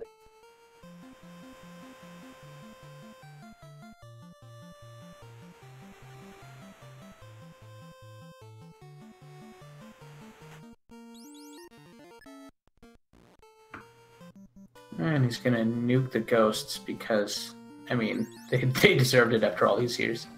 I afraid no ghost. He's actually being quite thorough here. He's checking the keylock chest room. Looks like he's going to go all the way up to the top.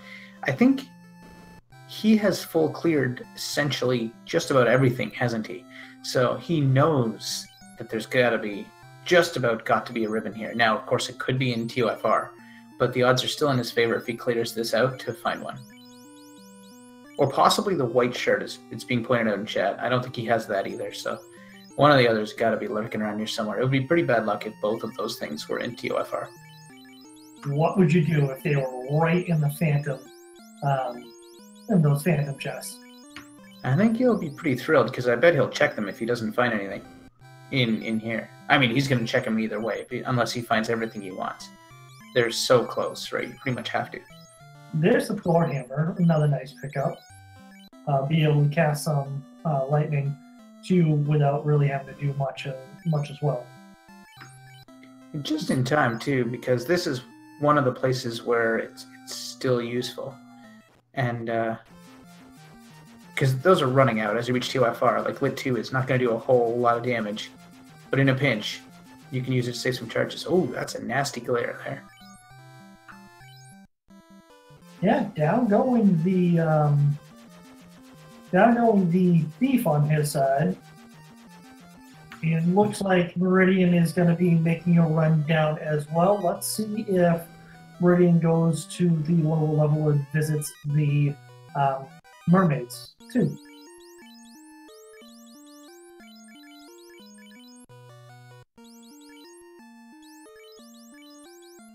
And I'll try to get a quick update on Maya when he gets out of his menuing.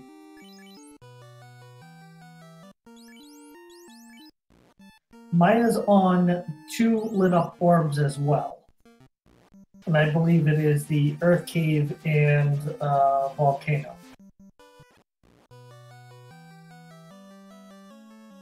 And he just killed the Tyro. So Maya is definitely Team Tyro. Harsh, but fair.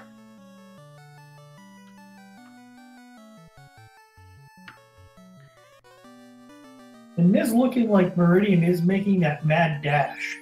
So let's get a hashtag team developer up in here. I don't think that's a real hashtag. It hasn't been trending anytime soon. Usually people, they remember us when something happens that they get upset. Question from Chet. So would it actually be possible to actually place the NPC sprites for the fiends to be in Topher, but when Talk 2 triggers the refight? I figured it'd be nice enough stupidity you have to fight them again by accidentally walking back on the trap tile. That is a fantastic question. And the answer is it is probably possible. Adding more NPCs is a little bit of work because the code that runs when you talk to them is a little wonky. But I know what you're talking about. It's really silly that the second fiend battles are trap tiles. So that is something we've talked about doing, and it's something we should consider taking more seriously. I like that idea a lot. So Fuchsia does have the White Shark currently and was looking for that extra ribbon. So he was able to find that. And it looks like Meridian is making the mad dash down. So that's only going to leave, we'll say, one of the easiest, if not the easiest, with the Earth Cave and the One Punch Man being able to run away from everything. So even though it appears to be a little bit of a big difference between Meridian and Fuchsia, it is a lot closer than it looks.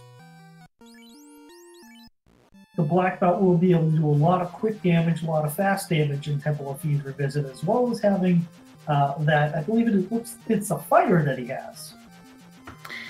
Yeah, and his party has a lot of survivability, right? He's got a white mage that can bring people back. He's got a fighter that has, unparalleled durability compared to anything that Fuchsia's got. He's got a black belt.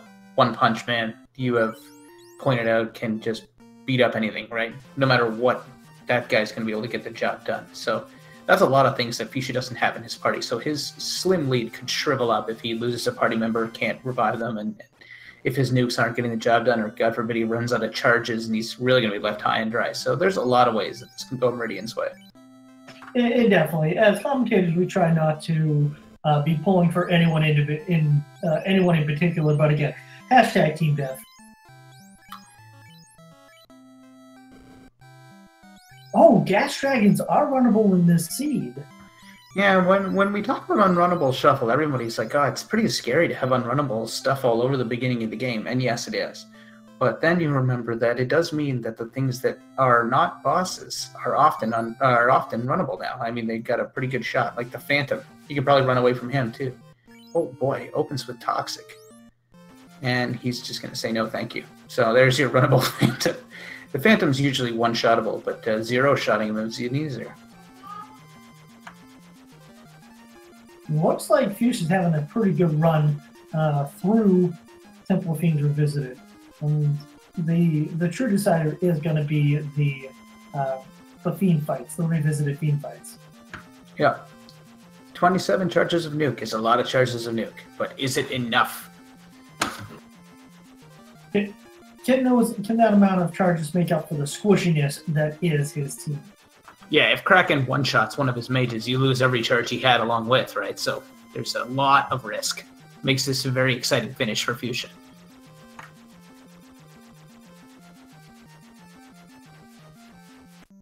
All right, chat. Let's get some tofu hype up in here. Tofu hype? That sounds perfect for me. Did the TV show Doug have Killer Tofu as a song by the Beats? One of the more underrated songs out there. Sorry, as a child of the 90s, you gotta bring it back. Yeah, boy, when you said show name Doug, that just like... I just had to pause. Like, I had so many memories come flooding back. I forgot all about that stuff.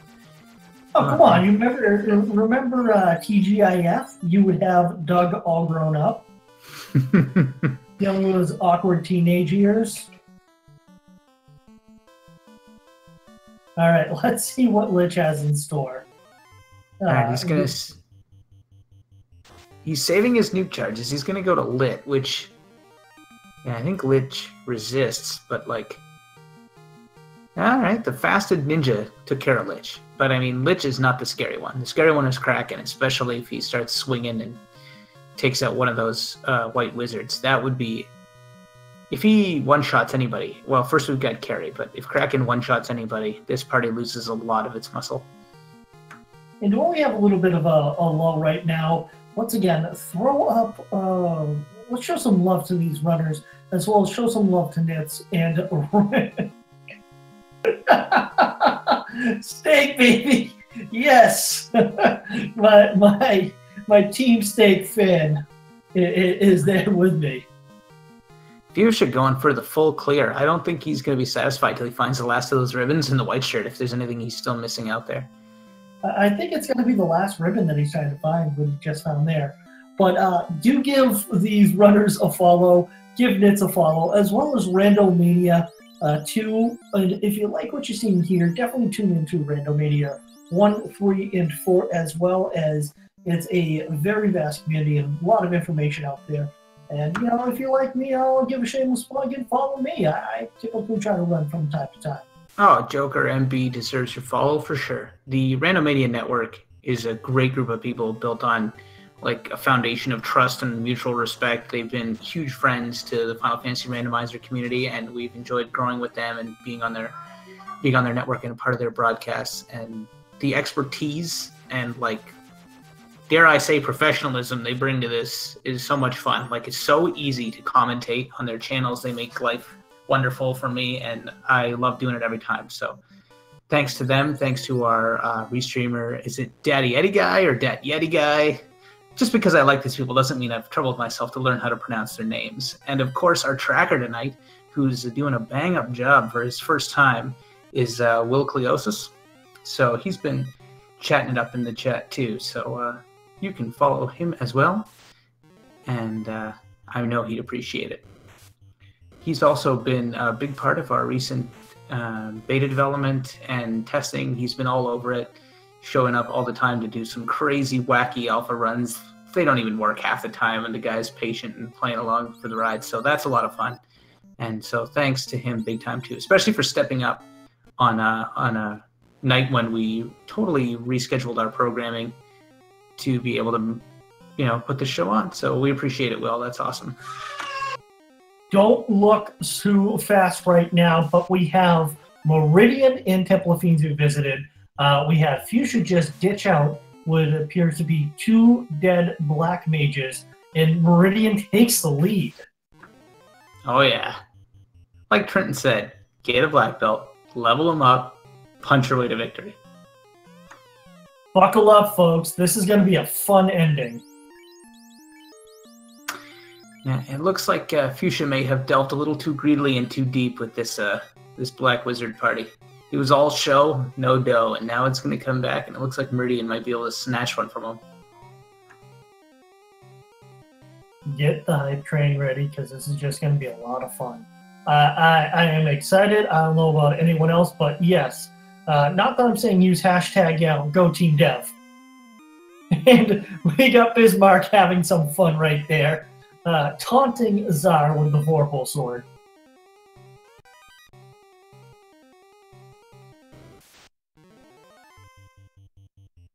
Looks like Maya's just about to take on Tiamat 1, so it's safe to say that Meridian is free and clear in the lead right now. Yeah, that's going to be his third orb, and it appears that Bismarck and Fred are both 2 orbs behind him, so it will be very fun and interesting to watch. And if I'm not mistaken, Fuchsia may have just jogged right past Meridian while he's tied up with these Gurmaduses.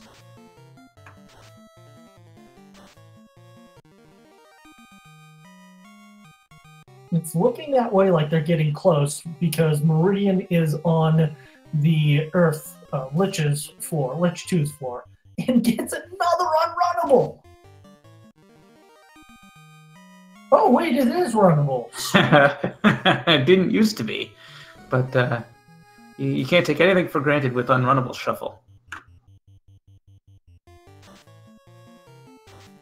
And Gurmaduce's attacking from behind. Let's see if he can get away from this one with everyone alive. Looks like he is. Fuchsia also embroiled with some Gurmaduces. So this must be interesting for you, Joker. It's been a while since you've commentated a race. I would assume with Unrunnable Shuffles, so much new stuff in the game. What's the thing that jumps out to you as being like, is this the same game? Have you had one of those moments yet?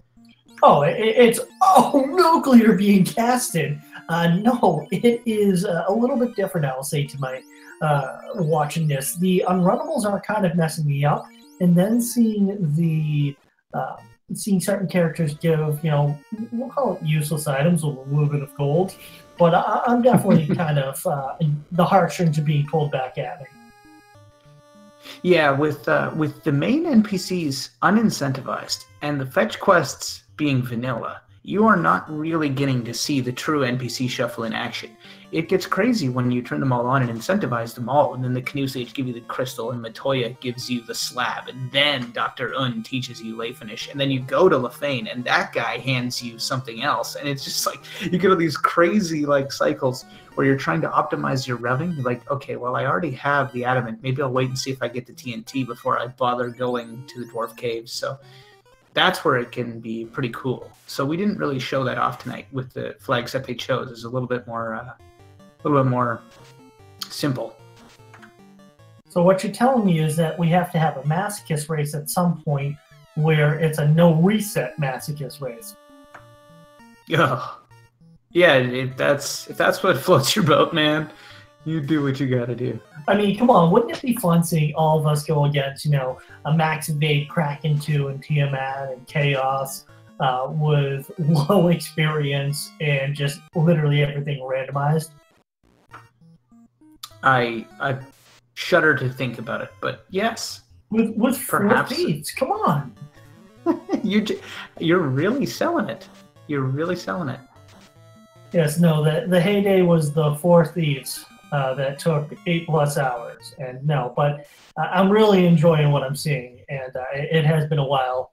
I've been picking up other, we'll say, other Final Fantasy randomizers, just playing around with them, but haven't had the 2+ hours to kick into it, but it's calling my name again. It'll be good to see you back in the saddle for sure. So Meridian runs into a pack of vanilla unrunnable waters. Classic unrunnable waters on the water floor of Topher. I mean, is this even version 2? But and another pack of them. So he steps away from Kraken as Fuchsia takes on Carrie exactly 1 floor behind. And I think it was Kraken that hit like a truck, but One Punch Man showing again why he is One Punch. Now, another question I want to follow up with. I know that it is 50%, 25, 12.5, 12.5 hit percentage when it comes to your 4 Warriors of Light. Is there any way of changing that to randomize it? That's probably not very hard to randomize, actually. I had never even considered that, but that is straight up madness. You just want it to be completely random who they strike? Oh, it will be great. Or just make it, just make it 25, 25, 25, 25. So like there's just you're crazy. I've been called many of things in my life, and crazy is definitely one of them. Was that a 20 hit on Meridian side? Oh boy. The knight got smoked right through. If he had the ribbon.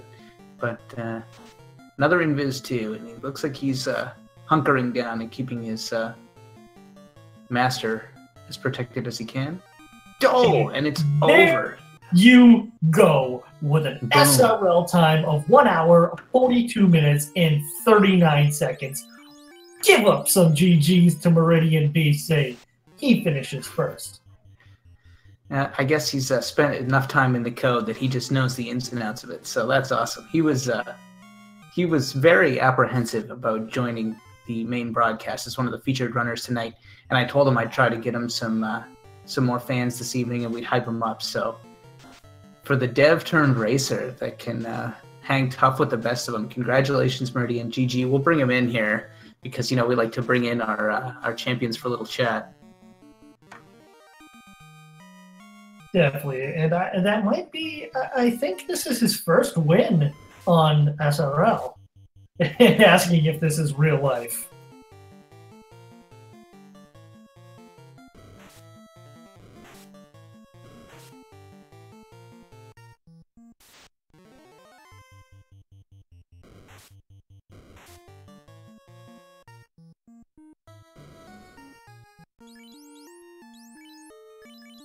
So it's looking like we got Fuchsia Fantasy on Tiamat 2. We have Bismarck going into the first Tiamat, and this is going to be fun. Also, I've noticed is the ending might have changed a slight bit, but it also was fun to watch.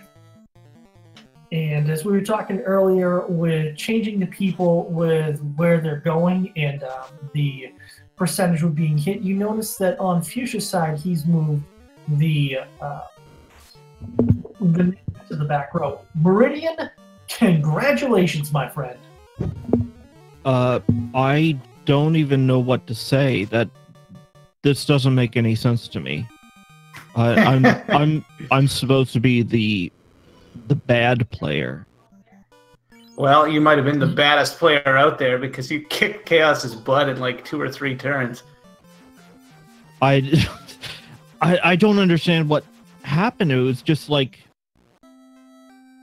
I just kept finding the key items that I needed, and well, obviously the black belt grind paid off, and yeah,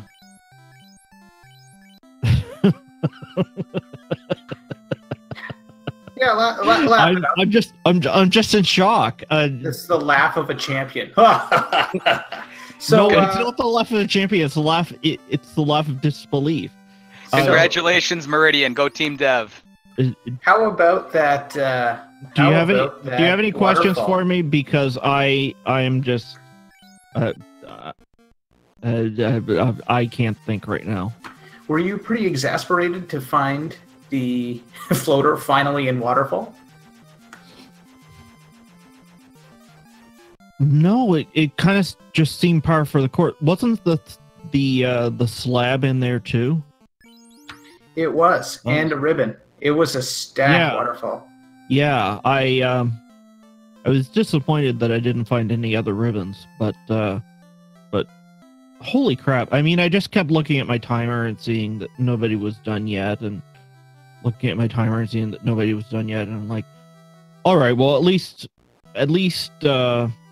You know, I won't be without any orbs lit by the time somebody finishes, which is, what happens half the case. And I was so friggin' nervous for this because it just came in like last minute, like, hey, do you want to be featured on a promotional race, and then you're like, yeah, I guess I'll be featured. You won't just be featured, you'll be the champion. So congratulations once again. I agreed with the stipulation that, I said, yes, but try to find somebody better than me so you can feature them. Well, we wouldn't be able to because you won. There was nobody better than you tonight. Let's see if we can get Fuchsia Fantasy into. I'll invite him up and see if Did he just finish? He finished second place with a time of 1:45.38, almost exactly 3 minutes behind you. Oh my god. And don't sell yourself short, Meridian. You've put a lot of work into this game, so that's not to be underscored. Programming work. It's very different.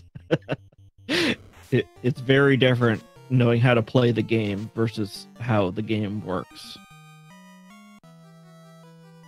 But no, thank you very much.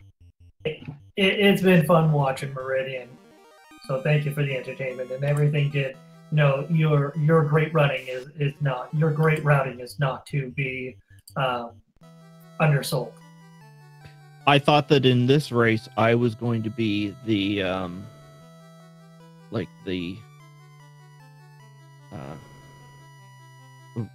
what do they call that? The person that they put in the comic relief character. Like I thought I was going to be the comic relief runner, like just running around. Everyone's in Topher and I'm bumbling around Marsh or something like that. looks like Fred Coughlin had to take on that mantle tonight. Let's see if we can bring Fuchsia in here. Fuchsia, congratulations, good job, and tell us what was going through your mind when you were going through the race and jumping into TLFR for the first time. I was just thinking to finish. I mean, I was going pretty fast considering the party I had, so didn't stick to my strategy of deep frying carry, and I paid for it. Yeah, you had a chance. You were flirting with victory despite choosing a pretty wacky party. So Fuchsia, by the way, Meridian, was running with a ninja and 3 black wizards. So he was all crazy all the time. And he was the first one into Topher. Oh, wow. He had to bow out after a tough run with carry, and that let you just squeeze by and snipe the victory. So okay. Obviously a bold move, Fuchsia. You were having fun with that party, and it almost worked out for you. So I bet you were pretty happy to see that level 1 nuke. Was there anything else that that reinforced your decision? Well, it's not a good decision to make that party at all. I think it's level 7 fast and level 8 quad X. I never used quad X, but having level 7 fast and black magic in a black wizard slot is always nice to have. Always nice to find that. Fast was very important to find. What did you have, Meridian? I ran the most balanced party that you could possibly think of. It was fighter, black belt, white mage, black mage. Why do you need black belts? Black belts, blah.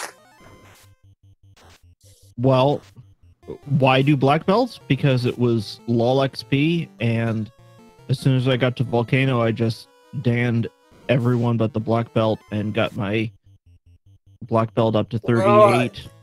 Well, I imagine that having a black belt with LOL XP and in this seed where gear was not necessarily easy to find, I think that does it certainly help. wasn't. I mean, I full cleared the game and even cleared some stuff in Fire Floor to get the 3rd ribbon. 3rd ribbon? I only found 1. Yeah, the 3rd ribbon was in Fire Floor of Temple Fiends Revisited. You had to go on the right-hand side. Oh, okay. No, I only found the 1 ribbon, and I don't remember where it is. You'll have Kenobi with 100 bits. Thank you very much. Sorry to interrupt, guys. You'll have to rewatch the video to find out where I found it, because I don't remember. My mind is mush right now. I have an idea. I think I know where you found it. But yeah, if you had the one black. Yeah. But if you have the one black mage. There was one in Waterfall? Yep, and then there was one with the mermaids. Okay, I found the one in Waterfall. Sorry to jump in and cut you guys off. Well, if you have the one Those were the super level locations. black belt, you don't really need more than one ribbon. If that. Well, Life 2 certainly saved me. Even though it was level 7, having 3 charges of it was very, very important. I needed all 3 of those. So No, definitely. Just an update on the runner off stream. We have Ishbenmaya on the water floor for Temple of Fiends Revisited, and we have Bismarck on stream trying to catch up to him about 2 floors away, or a floor and a half. So version 2.1, this is really the first time we've shown this off. We've shown off 2.0 previously with Unrunnable Shuffle, and we really went nuts with that, and I think we had a pretty good time. This was the first race that really said, okay, what was all the stuff piling up while we were working on NPC Shuffle that we didn't want to introduce to introduce any instability? Now NPC Shuffle is done. Let's open the floodgates and land all this other stuff. So we added Enemy Unrunnable Shuffle, Frequency Shuffle, Surprise Chance Shuffle, and a lot of little things about the battle message speed being changed, the X-First spell working, enemy area effect spells working on them. The actual laundry list is going to get published when this version goes live. Entroper pointed out to me that there have been 36 commits in this version in 18 days. So somehow us as a dev team, we're averaging 2 new features or commits a day for the last half a month. So that's kind of insane. And that unsustainable pace is something that will be the hallmark of 2.1. But is there anything off the top of your head, Fuchsia, I know you've been playing a lot of betas with us lately, that you like about this version, if you can think of anything? And same question for you, Meridian, you're probably even closer to the action. As far as stuff I like in 2.1, I really like a lot of it. I mean, I do like the, what do you call it, the formation shuffle, so that you can't cheese the knowing the encounter table anymore. And I think that's a good thing, in a way. I mean, yeah, there's a skill in knowing the encounter table and knowing what monsters are going to appear where if you map it out. But I think if you don't have that forward knowledge, it makes grinding a lot more difficult, and you had to think more about the monsters that you can encounter, and plan for worst-case scenarios. And in your case, Meridian, I know you actually worked on a few of these patches too, of course. So is there a favorite that you worked on, or something else that came in at the same time that you want to highlight? Yeah, so some of my favorite features of the upcoming release are like Fuchsia mentioned, the formation shuffle and the black belt absorb fix, and all the other stuff that I personally worked on. But this has been a really amazing group effort to see so many people like yourself, Nitz, and and Tartapan and Steven Septimus coming together, submitting patches. I mean, we're talking about new features, seems like every day, and it's like there's no end in sight to all the things that we can do to this game, and there it's absolutely really isn't. It's Yeah, really every time we do one thing, it seems like someone's asking for 5 more. It is really crazy how there can be like 4 or 5 of us virtually shoveling code into this coal fire of a game, and it never seems to go out, and we've managed to keep it stable too. So at the risk of being a little too self-congratulatory, I'm pretty proud of what we've been able to do. And I know that the community has really embraced it and loves all this stuff too. So without the community to play it and without the fans to watch it, there is no game, right? So for us to do this, absolutely. For us to do this in a vacuum means nothing. For us to do this for an audience and like an army of talented players and people with insight and wisdom who have enjoyed this game for already years to come back and voice their opinions and help make this thing as good as it can be. It's been an amazing ride. So shout outs to all involved. There's too many names, but you know who you are. And it's awesome. All right, speaking of awesome, Bismarck is finally down to the penultimate boss, Tiamat 2.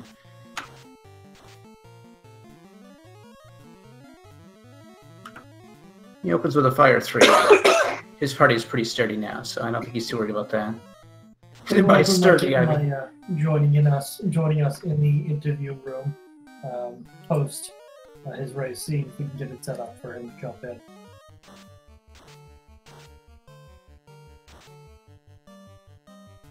Because Maya did finish in third place with an SRL time of 1 hour 56 minutes and 9 seconds.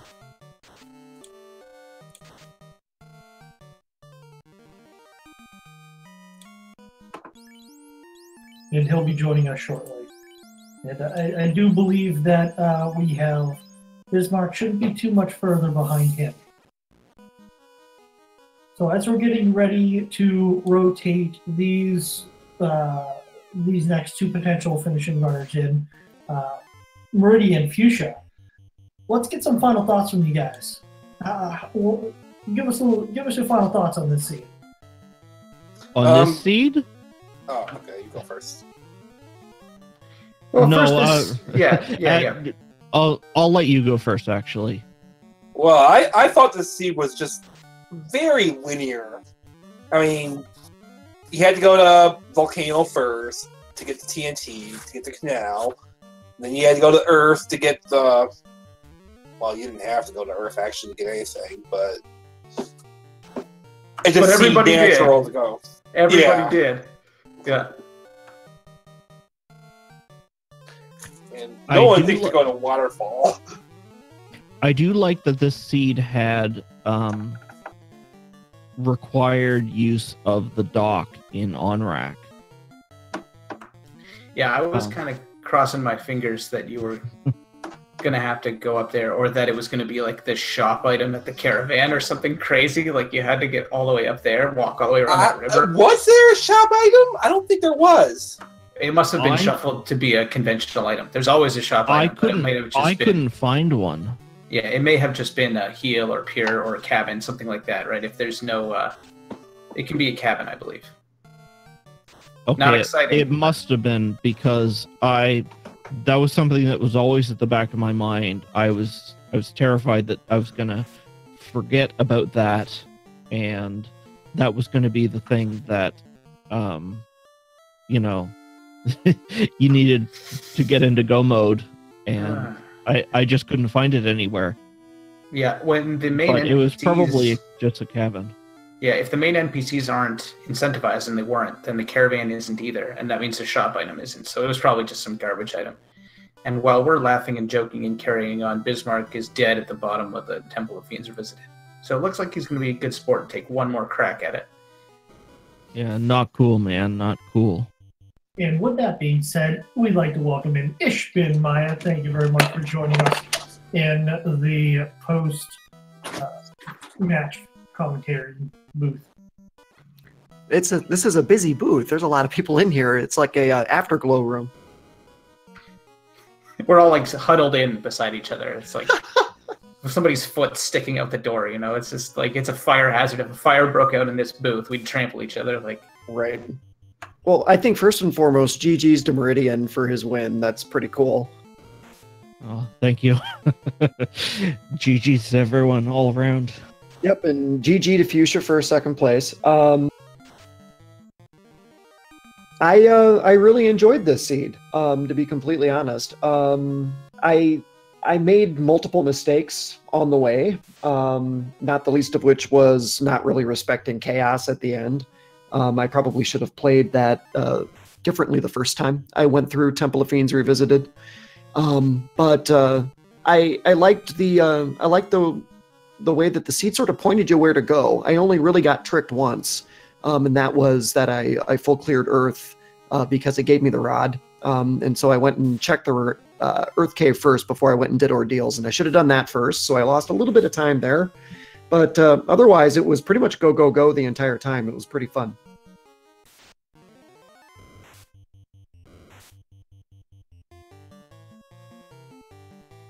No, definitely. And what did you think about the with this exhibition match that we had going on tonight? The flags and the flags that were up there. Give us your thoughts on that. You know, I liked them.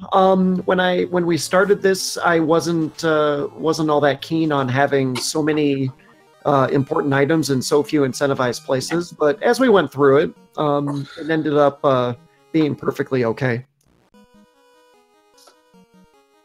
Yeah, it's a lot different from usual when you don't incentivize the main NPCs. They seem like such critical crutch of this game, and when the king gives you a bunch of gold right at the beginning, you're like, it's gonna be like this, is it? But it was kind of old school. You had to hunt for everything in chests all over the world, and I thought that was pretty cool.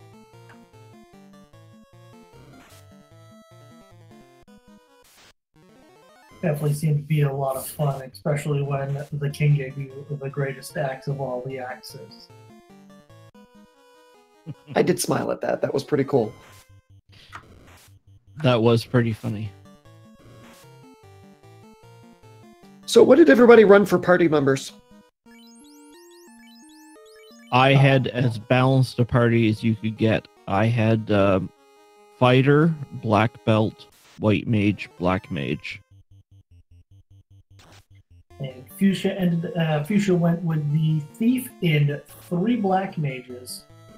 Right now on stream, we have Bismarck with fighter, thief, 2 red mages. He actually did a reset after the beginning, and we have Fred, I believe, with fighter. I know fighter, white mage, and black mage, and I can't remember if it is a thief or. He's got a second fighter. Second fighter. So sorry, 2 fighters.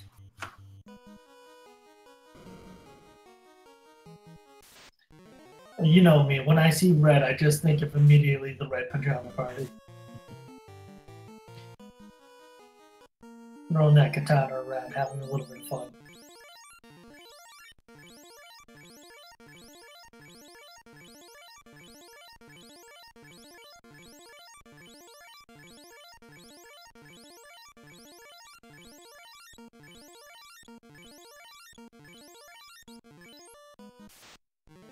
So Maya, with the tournament coming up in the spring, why don't you tell us a little bit about the makeup and how it will differ from last tournament that happened? Well, we're going to run version 2.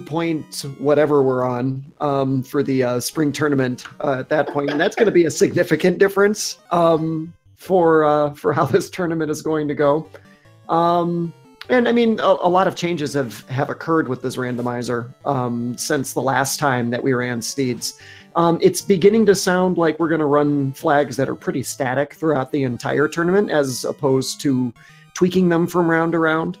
It's going to be a Swiss-based tournament, and so like records will play against like records for at least several rounds of the tournament, so that everybody gets several chances to play against several different types of skill levels. We may end up going to brackets after that, after you get to a top 8 or something like that. That's all still a little bit up in the air. But I think it's going to be a lot of fun.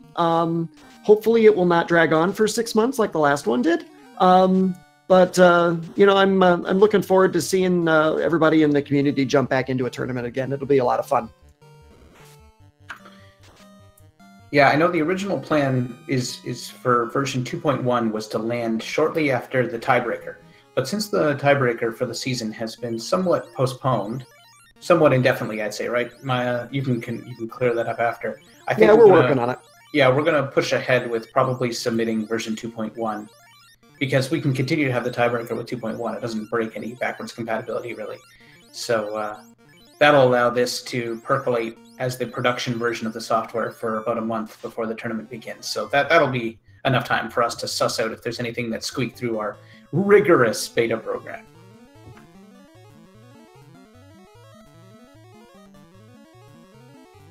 Yep, and it's like Czar said in the chat room, you know, a lot of this is still up in the air. So we love hearing people's voices, and if we're good at anything in this community, that is sharing our opinions. And so if you have an opinion, absolutely feel free to go ahead and throw your hat in the ring and let us know what you kind of want the tournament to look like, because this is a community tournament and it's for everyone. If we had an opinion-powered steam turbine somewhere inside our Discord, it would be generating enough electricity to power a third world country. You're not wrong. Megawatts. So, Maya, that brings up a good. If people do want to throw their hat into the ring and have their opinions heard, where would they do that per se? Why, I'm glad you asked. If you look at the link that Czar posted with the bot, there's a Discord there. So you can just click on that Discord link and you'll be whisked away to our 21st century chat room full of interesting characters for you to meet. And by all means, we're a lot of fun, and come on and join us.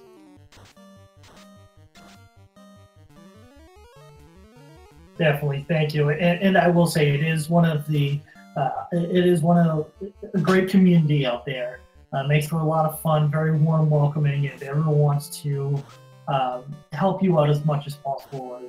As the main goal for most everyone in that chat is, well, I'll say the main goal for the community is to grow the community. We're always happy to have new people show up in the Discord.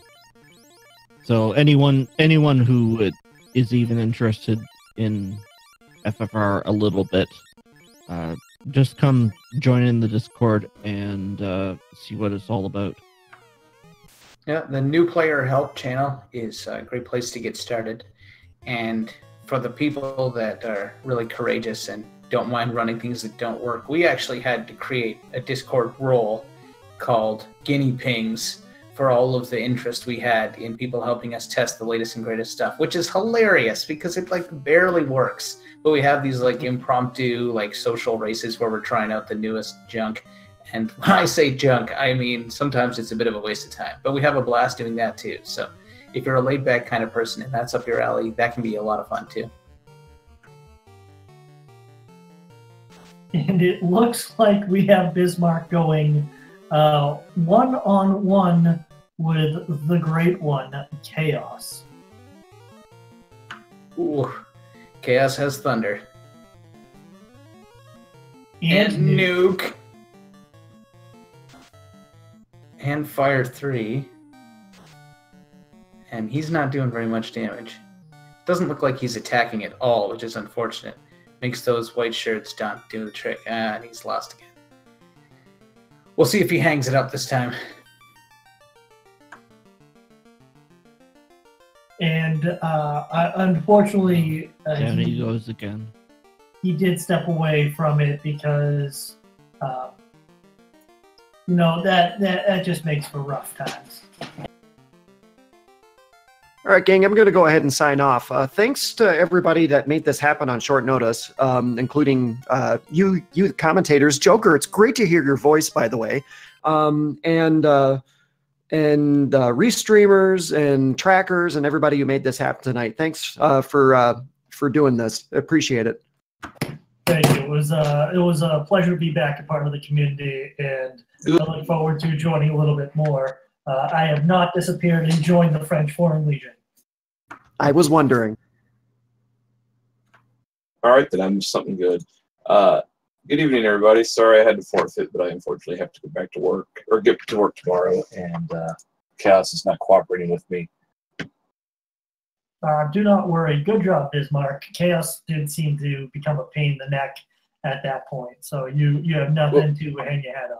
Actually, it wasn't so much Chaos as it was, what's his face? Kraken. Having enough for my thief. Both times one shot, and I'm like, really? And then both times against Chaos, he's at my red mage. All right, whatever. obviously this was not meant to be. I was plenty leveled. It happens. Hey, but no, good job. Thank you for joining us. And if you have a couple moments, what was your thoughts on that seed? Well, I haven't run a single one of these yet, so I didn't know what I was getting into. But it happens. You negotiated your way through some pretty choppy waters for this being your first NPC shuffle, and the fact that you had to sail all the way to a place that there was no dock the last time you played this game. Like, did you do a little research before showing up just to give yourself a chance? Because how did you? Yeah, actually, I did. I was looking in the comments, and I had no idea where the dock was for Onrak, and I had no idea where the thing is between Provoca and Ice and Fire and Crescent and all that. And then I don't know if you noticed, at one point I stopped and I was actually looking at the flags. I'm like, what am I missing here?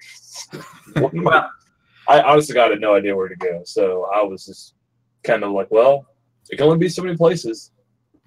That was a heck of an effort for someone that's been away and just sort of didn't see the, this is the first time doing an NPC shuffle. Game's completely different. And then on top of that, you got 2.1 with the unrunnables and everything else. So anyway, it's a real good shot. It was too bad it didn't work out for you at the end there. Yeah, I mean, I'm not really disappointed in it. Sometimes it happens. Sometimes you just hit a wall at the end. I mean, I would have gotten through it if I'd tried enough times. But, so I know I could have beaten it. And a lot of it was luck. I mean, what do you do? Zap comes out and knocks out your red mage. Well, there goes an Invis 2 cast. There goes some nuke cast. I mean, I don't know how much health Chaos had. I know I had to be really close the first fight because, I nuked him about 30 times. Yeah, he didn't have too much, so you probably were very close. So it goes. Well, let's talk about Meridian for a second. What? I was just going to say it's really good to see you racing again, Bismarck. Well, I'm glad to be here, but what's with you curb stomping everybody there, Meridian? Because last time I played against you, you were about halfway done when I would finish, and now you're stomping everyone. So, wow. That's exactly how I thought this night would go. I didn't really believe that this was actually happening. Like, if you look in the chat, after I typed done, I'm like, is this real life? Like, I thought about saying, or is this just fantasy? But then I realized that I was about 15 minutes behind you, and there was no point in doing it then. So I lost my thunder. But yeah, I have no idea what happened. I was super nervous, put on the spot, and I'm like, okay, I'm just gonna give it whatever I have, and whatever happens. I'm just gonna go for it. See, I have a different theory. Things just get the key items just kept turning up when I needed them, which was really weird. Some of the key items were in weird locations, like the bottle. Was just I was really worried that I wasn't going to find the bottle at all, and yeah, really lucky to get to go mode Earth. I think I just got really lucky. That's all. Yeah, I have a different theory. You cheated because you're a dev. That's my theory. That's where I'm going to leave it. It'll be hard to prove. It really would. and I'm so disappointed that my name's still not in the credits. So, just throwing that out there. Yeah, you notice it gets really quiet when I say that. Well, you did just, kind of go at one of the devs. So. I ain't scared. I'm waiting for them to put Speedrunner Hudson in there before you. I know. That's what I've been saying for months. They put me in there. You notice how my characters' names, before they all just started screaming relentlessly, their names are Speedrunner Hudson. But then when I saw Nuke in level 1, I was like, no, sorry, Speedrunner Hudson, you're going bye-bye. We're going with the Scream Party. Yeah, so dude, tell us a little bit about that. You're the only one who revamped it, and Was it Nuke that did that, or? Oh yeah, it was Nuke that did that. I don't know how much it helped me in the long run, but yeah, I saw the 2 nukes a nuke, and I was like, well, why not just murder the hell out of everything? And then I saw that you could buy things like Mass Immune, and I'm like, well, why don't we put 2 red mages in there? And maybe we'll get lucky with some good weapons. And we did, more or less. I mean, Sun Swords, so we were murdering everything that way, but I obviously didn't work out for me as well as I would have liked it to, because I didn't have any life spell, which kind of made it a little bit more difficult. If I had a white mage, I don't think I would have had any trouble. But yeah, them's the breaks. I made a decision and I stuck with it. Hey, you still did a good job, and again, thank you for joining, and thank you for running. Much appreciated. No problem. I gotta get rolling. My wife is giving me the stink eye, so I'm out of here, guys. Speedrunner Hudson says, "Ah!" And I hope you all have a great evening. And again, congrats, Meridian. Way to kick everyone's butt. All right. Well, thanks. Have a good night. You too. I gotta pick a Speedrunner Hudson up as my my go away picture.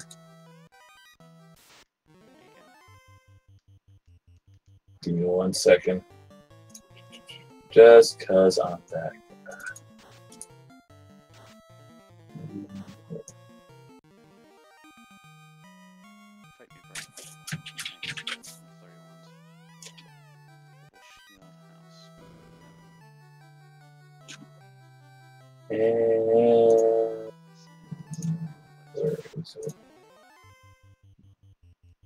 And good night. Take it easy. Thank you.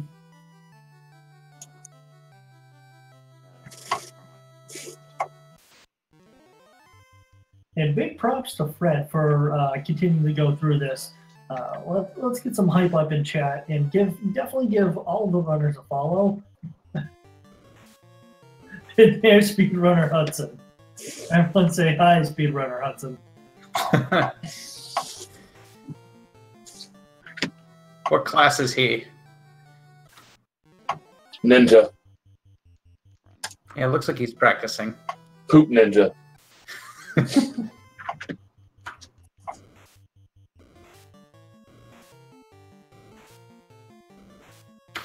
He's a brown mage.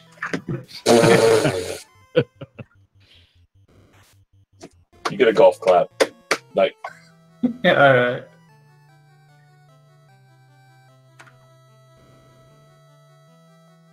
So we got Fred going into the second to last boss, we'll call him, or the second last true boss, with, it appears, with Kraken 2. And then he'll be on his way to the Temple of Fiends Revisited. Topher, Tofu, whatever we're going to call it nowadays.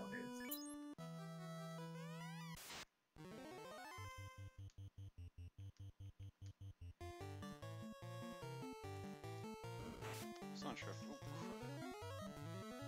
it's kind of strong.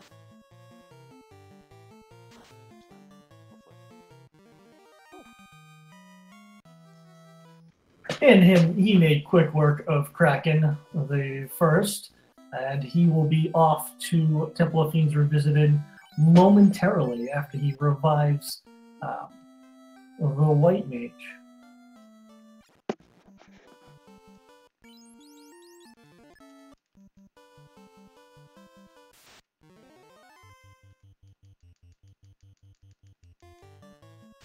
Because apparently the house doesn't do a lot of healing. Better remember that. So, chat, what was your favorite part about the run tonight and this seed tonight? Throw out some ideas. I will say it was Team Dev coming away with a W. Make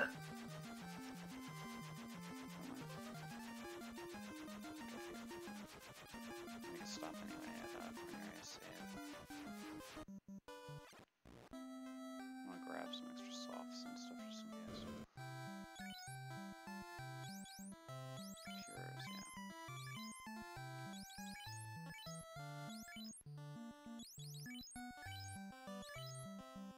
yeah. Well, as Fred wraps up, I think we're going to do just the same. He's still got a bit of a dive through Temple of Fiends Revisited, and no telling what may befall him, but we'll have to continue that adventure on your own. If you wish to follow Fred's journeys into the Temple of Fiends Revisited, you can, of course, find him directly. And it's time now for our final remarks as we close out another fine evening of Final Fantasy Randomizer. Joker, welcome back to the fold.